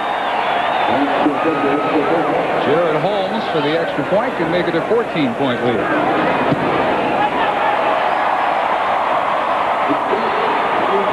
So 12:02 to go 3rd quarter. They cash in the Ware interception. Rusty Williams' 2nd touchdown run of the night. Williams puts the Tigers up by 14. Quickly down to the sideline, and Pam. All right, Dave, we have an injury update. Marvin Caston, the freshman linebacker who hurt his ankle in the first half. Dr. Al Gordon from Arkansas said they reevaluated it at halftime. It's worse than they originally thought, so it's highly unlikely we'll see him come back in the game. Dave? Well, rather thin defense gets even thinner.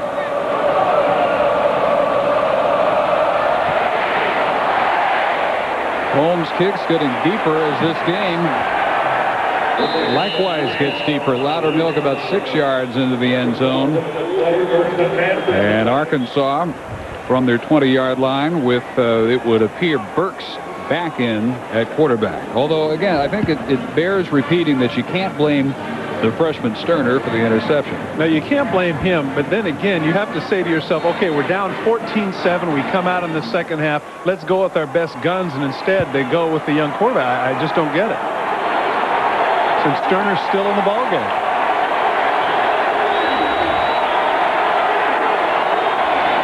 Shakuma off the fake.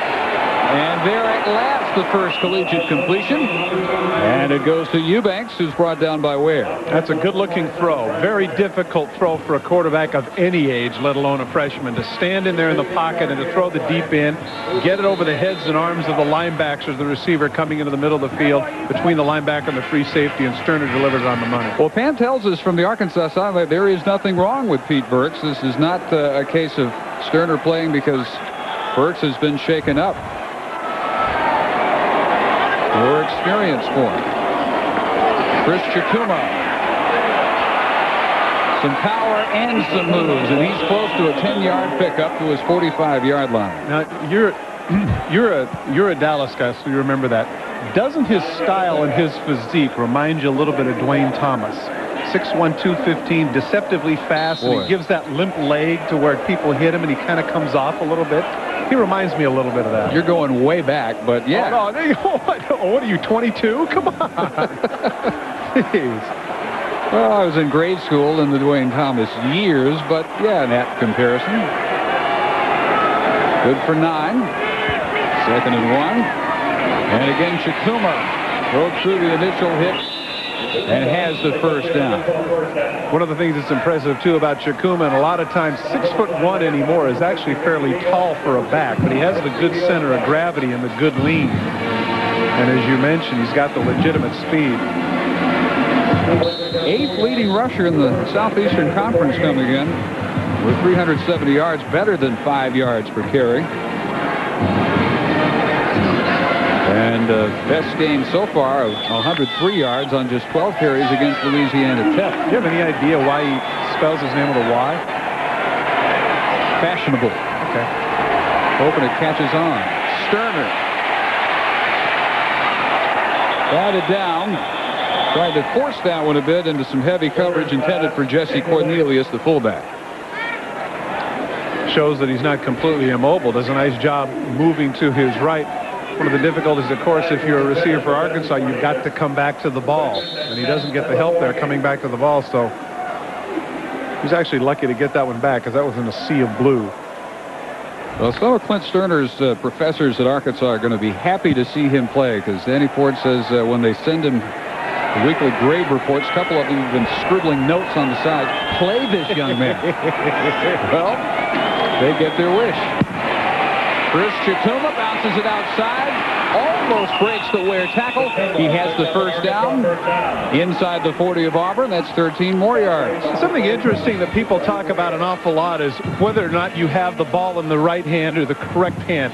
He likes the ball in his left arm, and it costs him here. Instead of being able to stiff arm there, he has to try and run through the tackle. If he could have put his left arm out and stiff arm, he might have gone the distance. Instead, Brad Ware able to bring him down.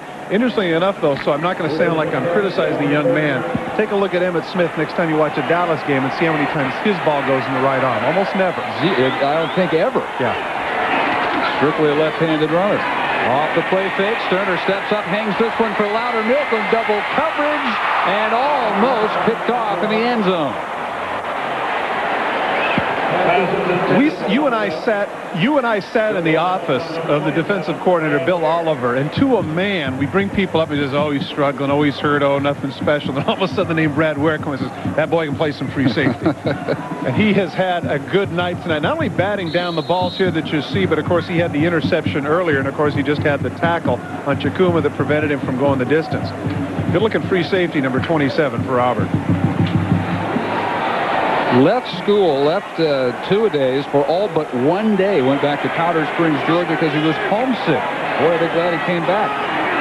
Almost had his second pick tonight. 2nd and 10. And Chikuma stood up and keeps those legs moving, and they only now have him down. But they'll probably give him a gain of 1 or so. Ricky Neal made the first contact. 3rd and long for the young quarterback. It'll be interesting to see what the call is here. He's gone all the way over to the sidelines to get it. Really an interesting decision by Danny Ford to make the quarterback change at halftime, trailing, and then to stick with it, trailing by yet another score. But at this point, it's bearing some dividends because this so far has been an impressive drive. 4 for 9 picking up 3rd downs tonight. They need 8 here. They give him time. Now in some trouble. Runs out of room. Settles for the loss back at the 42. There's the inexperience. There's a situation where he just throws it up, throws it out of bounds in the vicinity of Eubanks, and they can get the ball back at the 37-yard line. Instead, as you pointed out, he takes the loss, and that's going to force Arkansas to punt. Yeah, you might not have even minded another interception on a deep pass. That's as good as pinning a punt, which Wade has had difficulty doing. Robert Baker stands at his 10. Wade averaging, as you can see, less than 29 yards per punt tonight.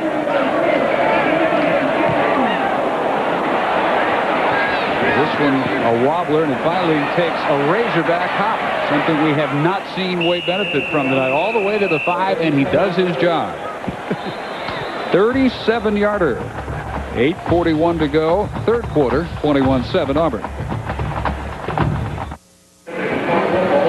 Middle of the 3rd, it's Auburn by 14. Pam Ward standing by at the Auburn Athletic Museum with a couple of Auburn legends.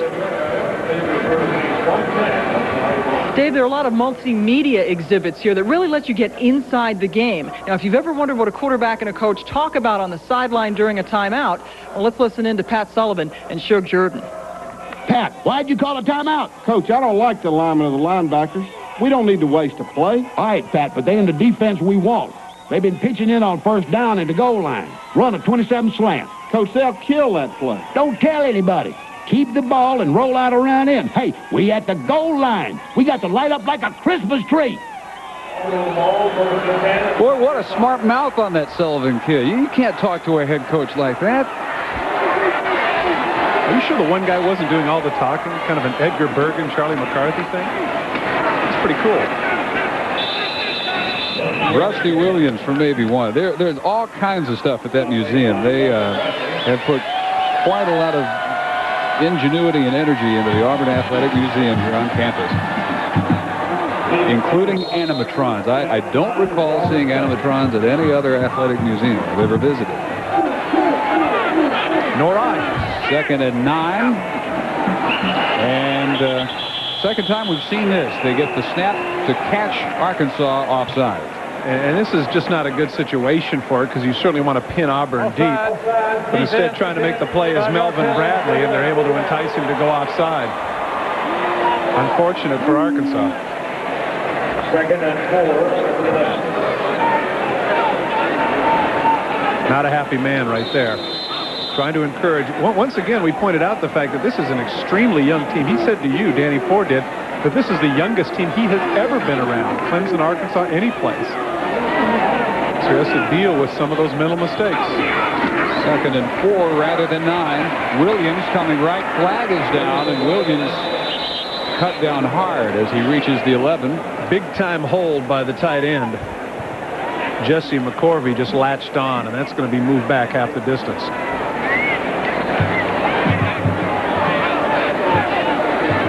Well, especially I'm guessing, though. I wanted to tell you that I had no idea about that from experience. Offense, half the distance, 2nd down. Because it never actually happened to you. No. I never held. I never held. Take a look at the tight end right here. Now watch what happens. See, he's got the hold, pulls on the shoulder pads, and pulls him down in that direction. That's no-brainerville. Every time you grab, and it's right in front of the side judge, he's going to throw the amber linen every time. 5th Auburn penalty. Brings up 2nd and 10 back at the 5.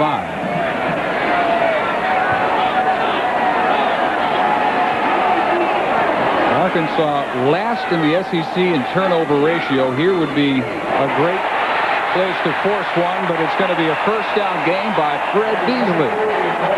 Brought down by Kenoy Kennedy, but he rambles 13 yards. A little bit of an inside trap.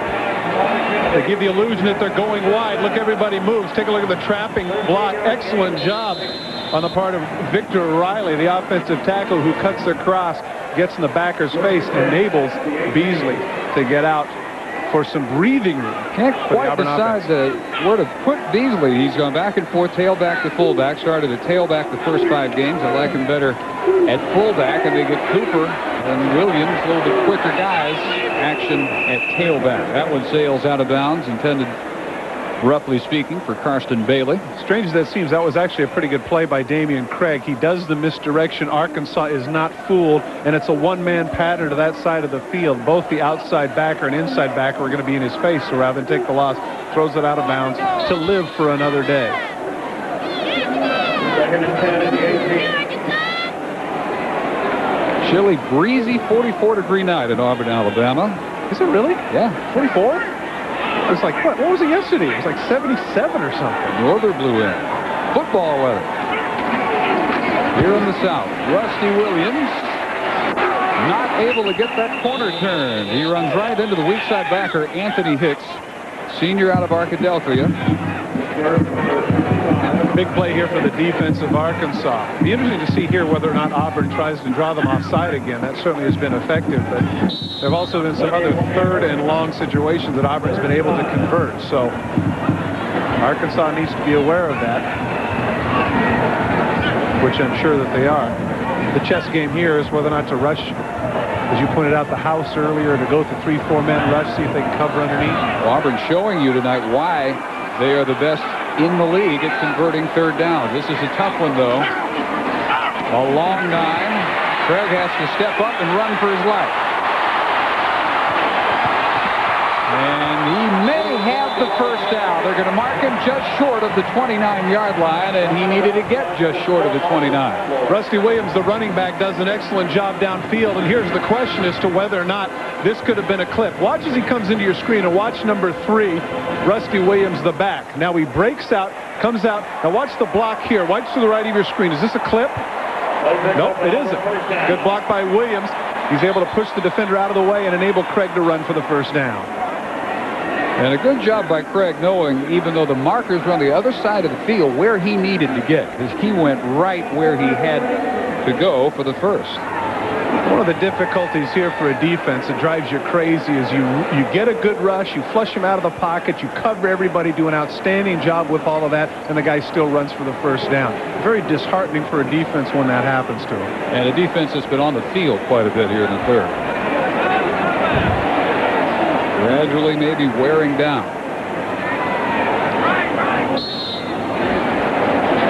6 0-4. Still to go in the quarter. Not going Danny Ford's way. Well, the immediate contact came from Jeremy Wilson, who is the backup to Bradley at nose guard, a true freshman out of Jones, Oklahoma. And we'll see whether he was drawn off. Offside, defense, 5-yard penalty, still first down. Third time tonight that's happened. There's a point here to where the defensive coach needs to say the same thing to these people as he will to a wide receiver who will go in motion, which is, look, never mind. Don't try and anticipate. Get your peripheral vision down, and as soon as the ball snapped, go. Don't try and anticipate and make a big play. And for that matter, when you're in the middle of the line, it's not likely that you're going to get a sack anyway. So wait till the ball is snapped, hit the guy, make your play. Markeith Cooper on what was a 1st and 5, probably enough for another first down before the stop by Vincent Bradford. Nothing like an offense that gets to come up 1st and 5, as you pointed out. Markeith Cooper, the diminutive one.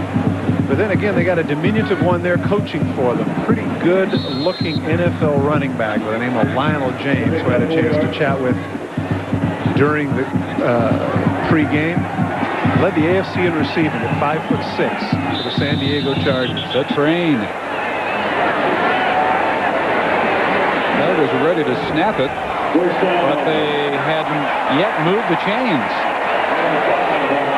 James showed second and short, and quickly running in to signal first down was Mac Gentry. All was not in order, so he alertly kept the ball from being snapped from the 39. You're talking diminutive. I thought you were talking about Terry Bowden, who said, I can tell those 5'6" guys because I'm looking them right in the eye. Yeah. That's exactly what Markeith Cooper is. He's no Kareem. Greg off the play fake, chased by Wilson, spins away from the sack. Marker is down. But look at Craig maneuver. All that for a 2-yard pickup. There's a flag on the play. Trying to get the extra pressure on it, it would appear that it's going to be another hold.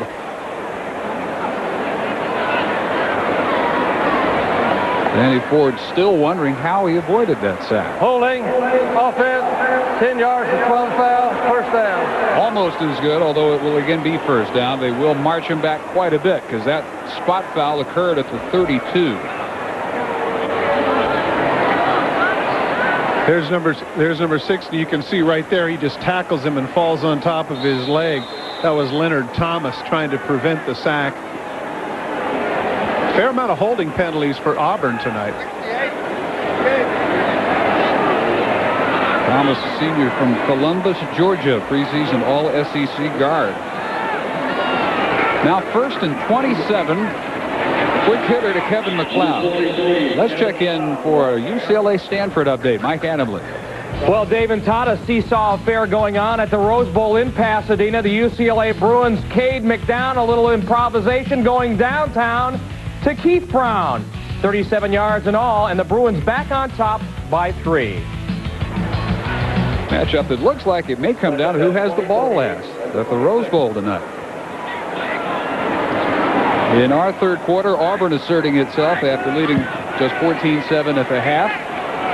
They cash in a Brad Ware interception with a Rusty Williams touchdown run, his second of the night. Damian Craig again will tuck and run. He's got room. And cut down at the 44-yard line by Marcus Campbell, a gain of 17 for Craig. It was a bit slow getting up. He's taken some punishment because more often than not, he is the ball carrier on this drive. Well, this is a good call by Terry Bowden, a lot of reasons, not simply because of the fact that, they needed to throw here, but enabling him to, when he comes outside, he can see the field both as a thrower and a runner. They've been unable to contain him, and because of the play before when he was almost sacked but wasn't, now you've got a situation when the people are coming into pass rush. They're coming hard but hesitantly because they don't know if their first initial move is going to get him or not. Ball deflected. Intended for Robert Baker. And the Hogs finally do force the punt. Well, it's a reasonable defensive stand, but a lot of credit has to go to Auburn, too, because remember, they started this drive at the 5-yard line, so they got 40 yards out and took off about 4 or 5 minutes. So even though Auburn doesn't come away with points, that's a good drive for them. So Jared Holmes is on to kick. Anthony Eubanks is back at his 15-yard line. And another nice effort by Holmes. Eubanks. Flags fly as Eubanks flies up the right sideline to the 44-yard line, but it would appear this one's coming back. 37-yard kick comes back 24 yards. Pending the outcome of the penalty. Inevitably, it's always close when you're trying to set up that wall as to whether or not it's a clip.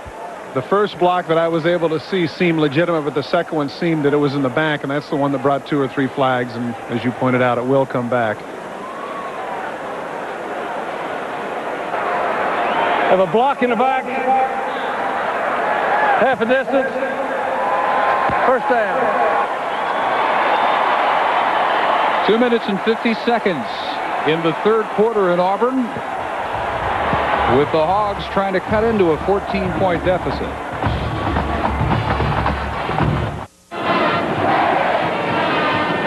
In effect, that's about a 33-yard penalty on the illegal block on the return by Eubanks. Rather than starting across the 40, Arkansas starts at its 9-yard line.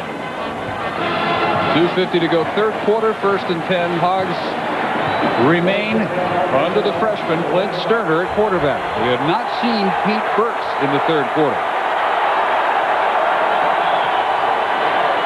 And they give to Oscar Malone. The linebackers, Mostella and Neal, converging for the tackle. As Malone cracks the 80-yard mark on the night, his 14th carry, 84 yards. And an injured Tiger defender. Looking like 99 Shannon Suttle, junior defensive end from Lafayette, Georgia, who did not play the last 2 games. He had a strained lower back. Strangely enough, suffered it running onto the field at Mississippi State. Wow. Coach ran in front of him. He swerved to avoid him, hurt his back. This appears to be the right knee that's the problem. I sprained an ankle once jumping up for a guy's touchdown, if you can believe that. I was excited. The guy, yay! Oh, ouch! That could be embarrassing. Your teammates certainly ride you about incidents like that. Oh, you did hear about it afterwards. Oh, did I? Jeez, are you kidding? Well, Suttle in some obvious discomfort, and his backup normally would be Charles Dorsey, but Charles Dorsey had to start tonight because Mark Smith, the other end, because of his knee problem, is out. So they're really running short at the defensive end. Take a look at the end of the play. Here he is right here. Gets taken down, and you can see his right leg look like it got caught underneath. It came out at the end. Hopefully nothing serious as he's able to go off under his own power. Now, I was thinking that one of the reasons why they might have now trying to pick up the pace. I like the 400-meter guy. Remember in the Olympics with the hamstring? Yeah. Try to finish the race? Gutsy effort. Yeah. He doesn't look much like Derek Redmond, though. A little bit heavier. As he reaches the bench, just barely the hint of the limp at all. Shannon trying to shake it off as the Hogs line up on 2nd and 6.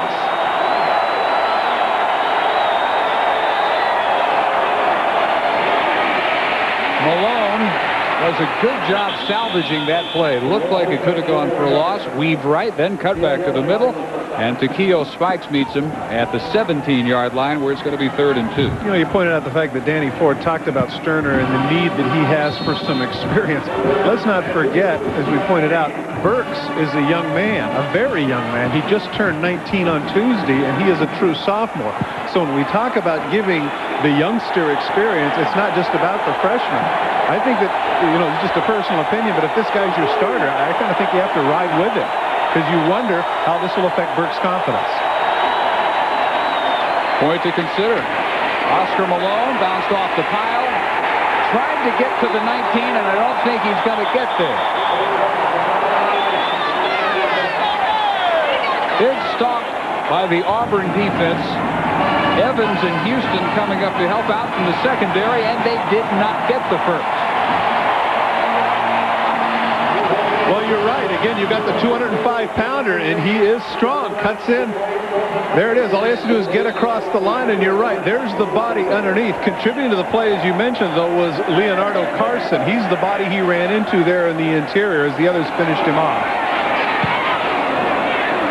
Wade gets off another very short kick with a very short hop down in Razorback territory.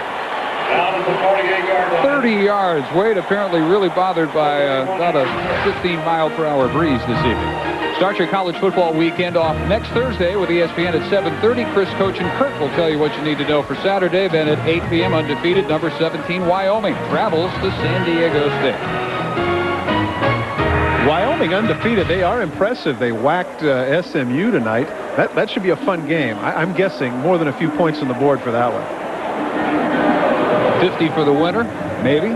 Wyoming today going to 9-0 with that win over the Mustangs. So Auburn starting off in Arkansas territory, and the short completion goes to Tyrone Goodson.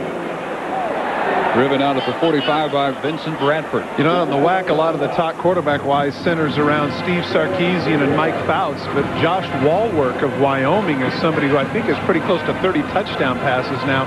And they have a wide receiver by the name of Marcus Harris, who is leading the nation with around 10 catches per game. He's the real deal, 6'2", 205. A definite guy that's going to play on the day after Saturday. Craig got the snap. I don't know, though, if he caught Vincent Bradford offsides or not. Bradford pulled a quick reverse gear on him, but a marker is down, and they apparently did get it. You know what I'm looking forward to? And this is not favoring anybody. I'm just looking forward to when they do it one time, the kid kneels down, they blow the whistle and go, okay, third down. You know, that they did it and didn't get away with it. You know, I'm not no umbrage intended to anybody concerned. It's just that sometimes you see that, and it's almost like it's a trick play. Come on. Well, they tried it 4 times tonight, and it worked 4 times. Rusty Williams will have the first down at the 37 of Arkansas, and Bradford makes the tackle again as we go under 30 seconds in the third quarter. Now, that falls under the heading of, to use the cliche, shooting yourself in the foot where Arkansas is concerned. Can't keep giving them 1st and 5s and 2nd and 2s. There's enough pressure on the defense as it is because, as you pointed out earlier, they've been spending an awful lot of time on the field here in the third quarter. Nothing much going Ford's way this quarter. Needs a better idea.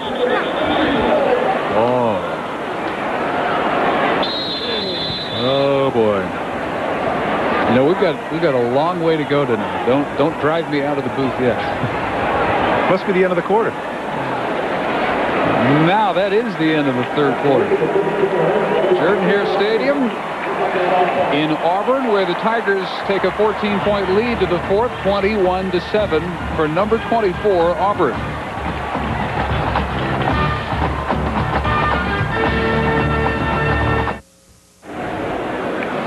Back at Jordan Hare Stadium in Auburn, Dave Barnett, Todd Christensen, and Pam Ward will begin the fourth quarter. Auburn leading 21-7 at 1st and 10 at the Razorback 37-yard line.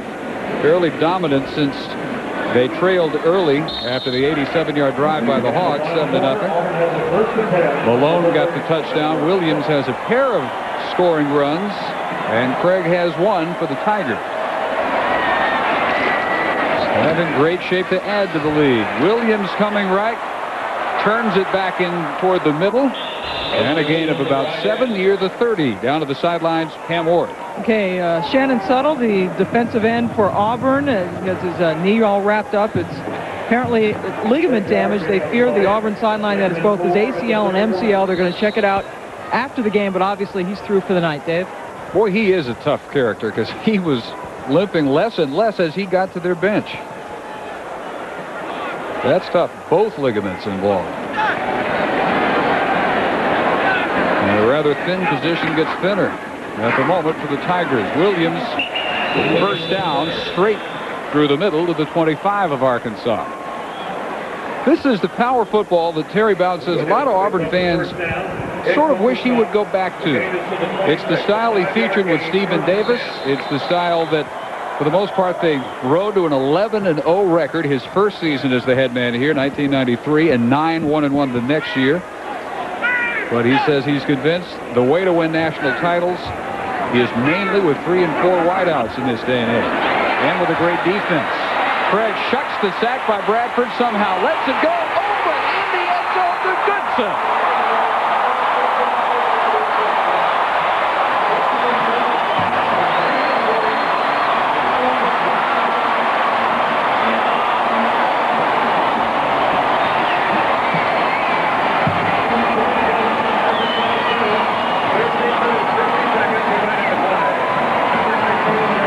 Frustrating when great players make good plays.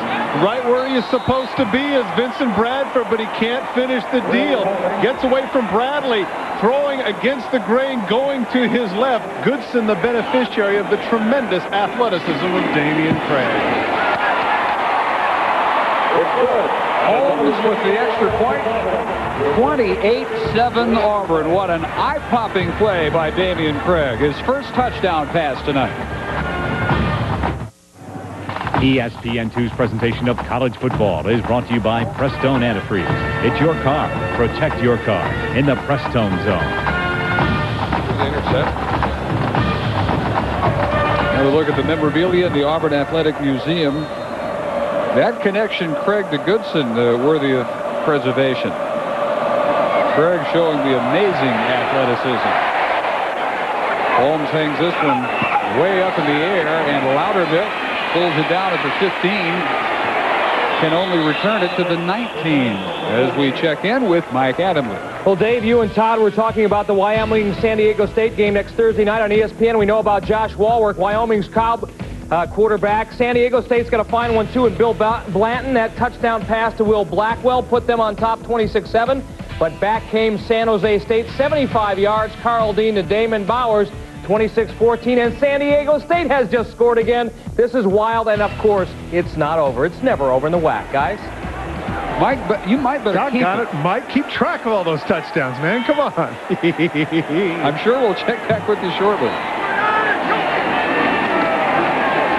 Sterner remains the Arkansas quarterback, has all day to survey the field and could have run it for some big yards. Instead, throws it out of bounds, intended for Loudermilk.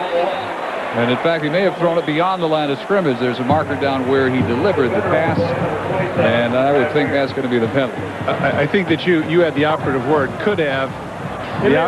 The real word, though, is should have. 5 yards from the spot. Lost the down.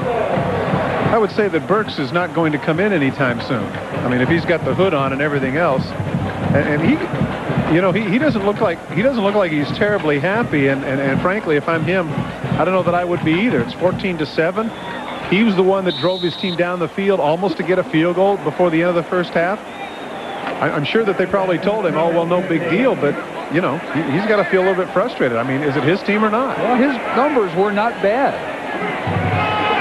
A little less than 50%, but he did account for the points on the 87-yard drive. Draw play, Chikuma. Tough to bring him down with just arm tackling. And Chris Chikuma reaches the 20-yard line. Chased down by Ezel Powell, who is getting his first action tonight. He's a true freshman from Georgiana, Alabama. They planned to redshirt him, but especially with one more injury along those lines, that line to Subtle, they've decided to take the red shirt off, and Powell, midway in his freshman year, no longer a red shirt. Unless Sterner comes up with something miraculous here in the final 13 minutes, that man, Danny Ford, is going to be second-guessed on all of the radio talk shows and in the newspaper for putting this young man in a situation to where, you know, the game was still very much in doubt. Blitzing Marcellus Mostella cuts down Sterner. The sack at the 11.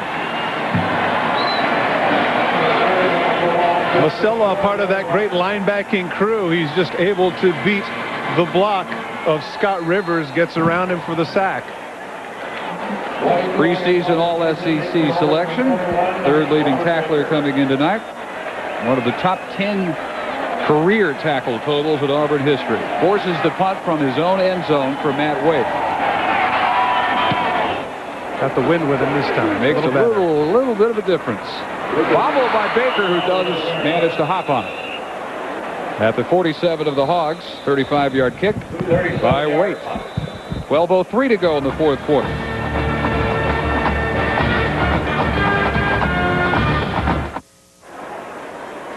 Mainly with 3 and 4 wideouts in this day and age. And with a great defense. Craig shucks the sack by Bradford, somehow lets it go open in the end zone to Goodson.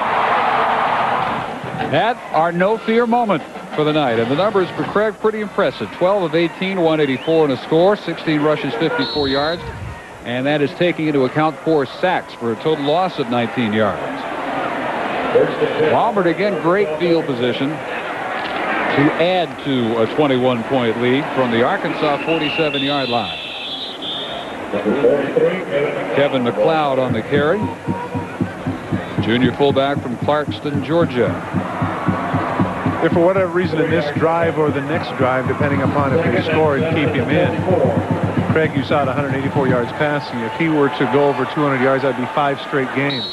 Auburn has made an interesting evolution with that man, Terry Bowden. He talked to us about the fact that, you know, the last couple of years with Stephen Davis and James Bostic, that people thought of them as primarily a tailback offense. He wants to get away from that thinking and spread it out a little bit more. And, of course, he also feels that that'll help in recruiting.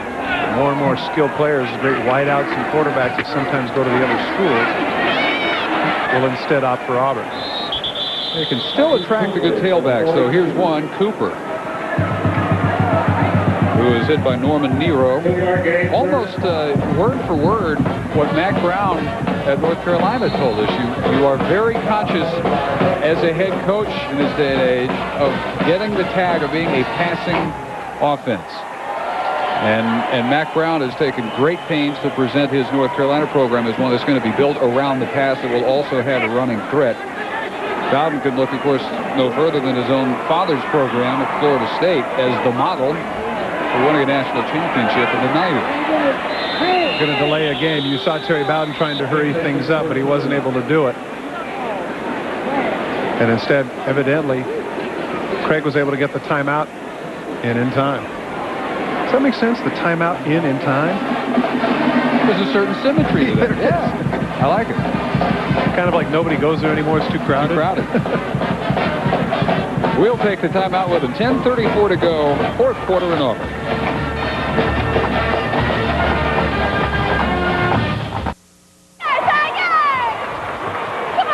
28-7 Auburn, 10:34 to go in the fourth quarter. Pam Ward again at the Auburn Athletic Museum. As you might expect, there is a Bo Jackson shrine. Dave, from Charles Barkley in basketball to Rowdy Gaines in swimming and Frank Thomas in baseball, Auburn has had its share of athletes who've made a big impact. Some have even done it in 2 sports. Long before there was Dion, there was Bo Jackson, who won the Heisman Trophy here in 1985. In 1989, he was the MVP of the Major League All-Star Game. And talk about your role models. 10 years after he won the Heisman, Bo Jackson came back to Auburn and got his degree. Remember that made national news. It was a great sight. Bo Jackson in his graduation gown, making the walk to get the diploma here at Auburn. Draw out of the shotgun. Doesn't fool anybody. Marquise Cooper is wrapped up at the 44. But doggone it, long before Bo Jackson, it was Dave DeBuscher. And Gene Conley. That's right, Gene Conley. Clint Hartson. Who are the others? Chuck Connors. Chuck Connors, that's right. Baseball, basketball, very good. Jackie Robinson. Jim Thorpe. 4th and 5. And on for the punt. Holmes. Eubanks waiting at his 10. And 10 on the line for Arkansas. Badly needing a block.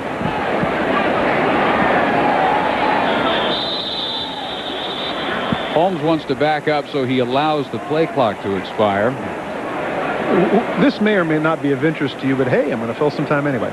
Sean Landetta, the punter for the Rams, formerly of the Giants and now with the Rams, once told me that you see this all the time. They take the 5 yards, and the theory is that with the extra 5 yards, you get a better opportunity. He said, no.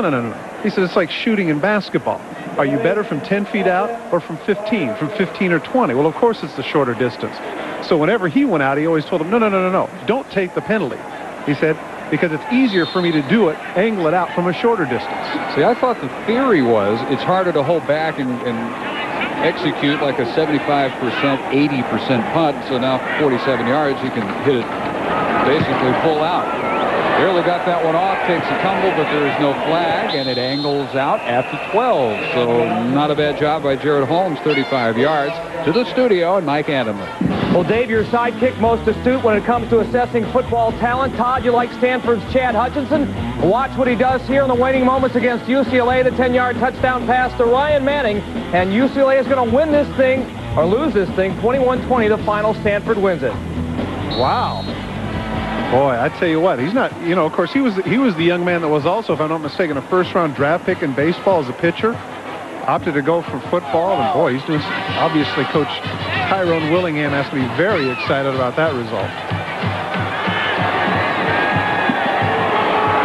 Seems to have been the case this whole second half. Hogs from deep in their own end. They slip the handoff on the reverse to Loudermilk. That's an interesting play. Loudermilk, the motion man, and as he goes past Sterner, Sterner just does have enough time to get the handoff to him. Brought down by Ryan Taylor. In the second half, 2 plays and the interception by Ware, which led to a touchdown. Since then, 8 plays, the longest possession engineered by Sterner, but Sterner remains the quarterback. And don't forget, his other possession in the first half was also a 3-and-out punt. So, again, not necessarily trying to stir things up, but Burks has to be wondering what the deal is. Quick hitch, Eubanks for the first down near the 30. And I think your point earlier is right on. There's going to be all kinds of discussion in the state of Arkansas. Well, you know, you also have to take into account the fact that, I mean, these are young men, 19, 18 years of age.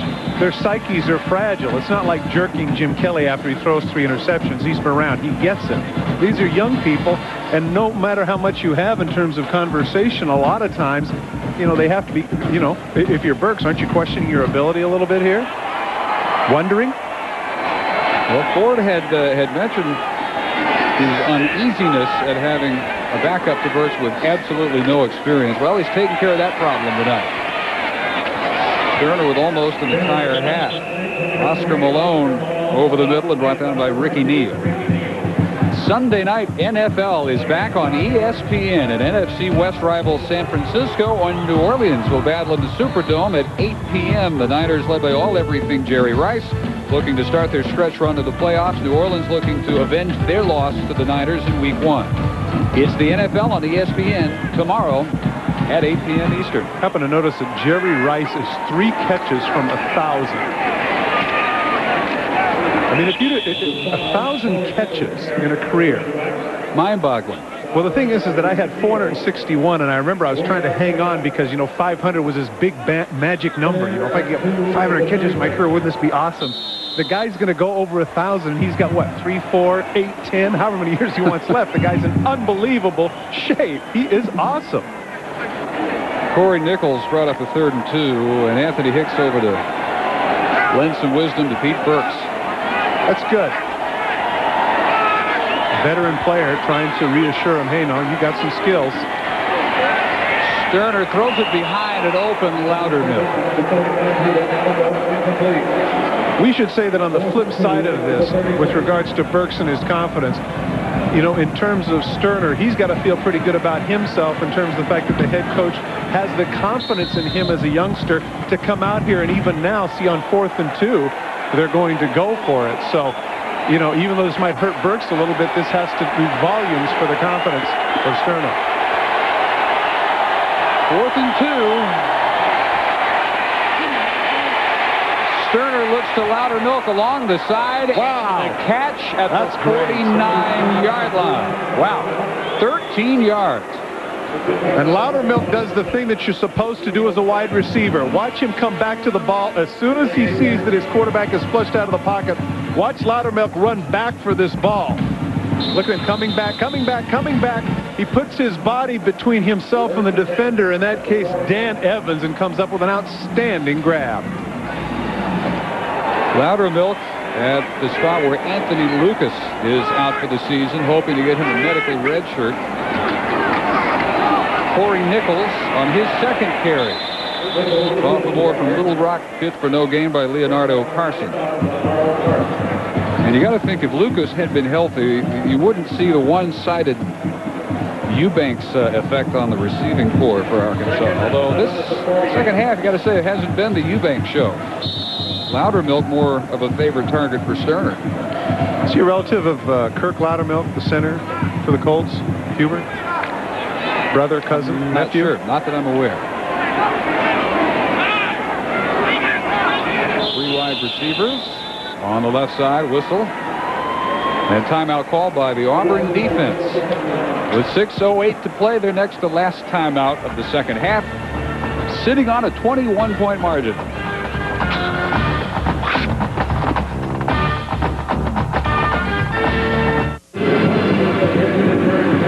Well, we're unlikely to see the fireworks at the finish that this matchup provided last year in the 30-28 win by the Hogs.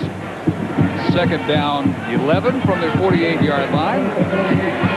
And 6:08 to play in the game. Sterner underthrown and intercepted.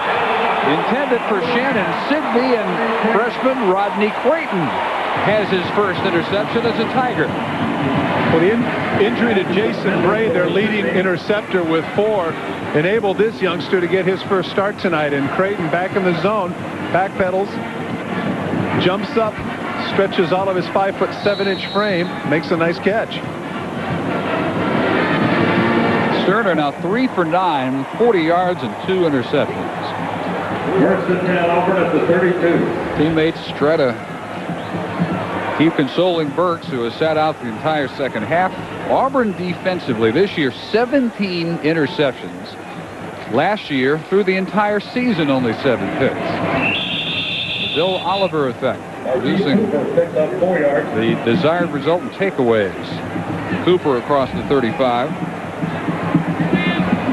That hiring of defensive coordinator Bill Brother Oliver away from Alabama caught a lot of people a little bit by surprise.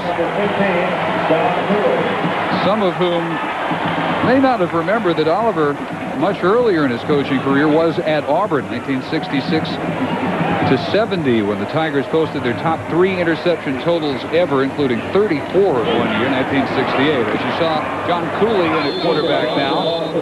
Another carry by Cooper and a loss to the 32. Jamel Harris made the tackle. So it's been a trademark of the Oliver defenses of Auburn. And there is Bill Oliver, architect of many of the recent great Alabama defenses. Told us he had a lot of opportunity to go to the NFL, but opted instead to say he preferred the rural climb of the Southeast, which shocked me. It didn't seem the type to you? Well, I think he's in the right place. So does he. Cooper had one man to beat, and he's knocked out at the 47-yard line, but a first down. And a gain of 14 yards for Markeith Cooper. Next week is homecoming here at Auburn. This is how they built the 5-2 start. Shutouts over Alabama, Birmingham, and Fresno State to begin the season. And homecoming against Northeastern Louisiana next week. Georgia, followed by the big one at Birmingham against number 10 Alabama, November 23rd. I'm sorry, homecoming was Northeast Louisiana? Cooper again comes left. Marker goes down. Cooper reaches the 45. The Auburn scenario now to try and reach the SEC title game and a hopeful rematch with Florida. They would have to win out, obviously, as they came in. Offense, 10 yards on foul. Came in 3-2 in conference play. If they win out and next week Alabama can defeat LSU, then you're looking at a 3-way tie in the West. The athletic directors at that point would vote on which of those 3 would take on Florida. Paper, rock, scissors? Wouldn't want to be in their shoes, but you would have to think the ranking would mean everything in that scenario. Now, of course, you and I have done a couple of Alabama games. Let's play the game here. What do you like? Who do you like? Auburn, Alabama, a couple weeks from now. Tough to go against the Alabama defense. Well, I know that, but who do you like in the game? They've had, and the fact that it's at Birmingham, I think you got to pick Alabama. Auburn a little more inconsistent defensively. But Auburn does score some points, and that X factor in that quarterback, boy, he's been impressive tonight. Craig, he's shown a lot. Cooper on the carry again. You know, another factor that the ADs would have to consider is when Auburn played Florida, they got blown out of the water. So what, in their minds, would be the most competitive matchup? And we're looking down the ways. A lot still has to happen for that to be the case. But Auburn holds out that hope, taking care of part of their business by taking care of Arkansas tonight. Quite a workout this series for Cooper. Takes the pitch to the 40. Now the standings, first of all, in the SEC East. Florida, the unbeaten, 6-0, 8-0 overall. Tennessee behind them. South Carolina, Georgia, Kentucky, and still winless Vanderbilt. And in the West, Alabama and LSU taking this week off before their meeting in Baton Rouge next week. Auburn will move to 4-2. Arkansas will fall to 0-4. Well, one thing to think about, you're pointing out, you know, the best matchup. Nobody really has come close to slowing Florida down, and certainly Alabama's defense. I mean, that's not a team that Florida's going to blow out. I mean, Florida, I mean, one of the outstanding characteristics of their defense in particular is their secondary. And while they might not score many points on Florida, they're certainly not going to give up the 40 or 50 that everybody else seems to have done thus far against the Gators. Well, I repeat, I would not want to be in the AD shoes. Yeah. Oh, no, absolutely. Watching Florida today, one of the things that was impressive to me is the other side of the ball. People forget, you know, they get caught up in the fact that Werfel's throwing for a zillion yards. And they've got all these speedster wide receiver. The acquisition of Bob Stoops, defensive coordinator from Kansas State, has come in and done an outstanding job. Florida's stopping some people. This is 3rd and 16. First real passing situation for John Cooley, as he is chased out of the pocket and delivers incomplete. And took a tumble at the end. 3:08 to go. Jordan Hare Stadium, at one time just about jam-packed, in Auburn, where the Tigers lead 28-7. Dave Barnett, Todd Christensen, and Cam Ward. Stay with us after our completion this evening. Amateur boxing coming up. The USA against South Korea. That's next here on the Deuce. Holmes on to kick on a 4th and 16.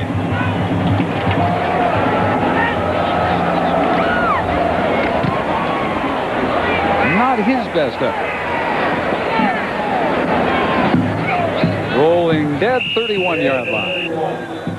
28-yard kick. A 28-yard kick for Holmes. Jared Holmes, the Don Cockcroft of the 90s. Haven't seen anybody else this year who does all the kicking and the punting. Gee, I would have thought for sure you were going to say the Russell Erxleben, being a Texas guy. But no. Okay.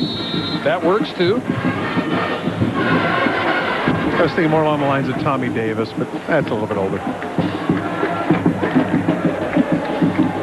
Jordan Hare Stadium, 85,000 plus the capacity. At one time, we had about 85,000. Pitch pass for Shannon Sidney, junior from Russellville, Arkansas. Short yardage for Sidney. NHL Wednesdays continue here on ESPN2 with the Stanley Cup champion Avalanche. They'll head into San Jose and battle the Sharks. The Avalanche led by Joe Sakic. They're atop the Pacific Division. San Jose led by sharpshooter Bernie Nichols. NHL action Wednesday, 10:30 here on the Deuce. Another deflected interception for Brad Ware. His 3rd this season and his 2nd tonight. Having a great evening, that young man. The beneficiary of a pretty good pass rush. See, tipped up in the middle. That was Haven Fields, who was able to bat that one up in the air, and Ware had the presence of mind to dive forward and secure it. You know, he might have been able to come forward and catch it off his shoe tops, a la Franco Harris, immaculate reception, but instead he wants to make sure of the pick. Cooley still the quarterback, slips it inside to Sencade Pennington, redshirt freshman from Troy, Alabama. Big night for that young safety. Auburn starting 2 true freshmen in their secondary tonight. They've come up with 3 big turnovers and held Arkansas to only the 1 early scoring drive. No further damage. Marcus Curry, Ben Elliott, Carl Levine, T.J. Dunnigan, Kendall Mack. Second-team offensive line in for the Tigers. As Pennington carries again near the first down. Let's check in with Mike Adamle. All right, David, some breaking news from Boston College. They will hold a press conference between 10:15 and 10:30 later this evening. Not quite sure exactly what the press conference will be about, but ESPN News will carry the press conference live, and we will update you on that situation on ESPN during our coverage of the Air Force Colorado State game. Let's go send you back to Jordan Hare Stadium in Auburn, Alabama. Dave and Todd. Guys? All right, Mike, thanks. 1:40 to go here. 3rd and 1 coming.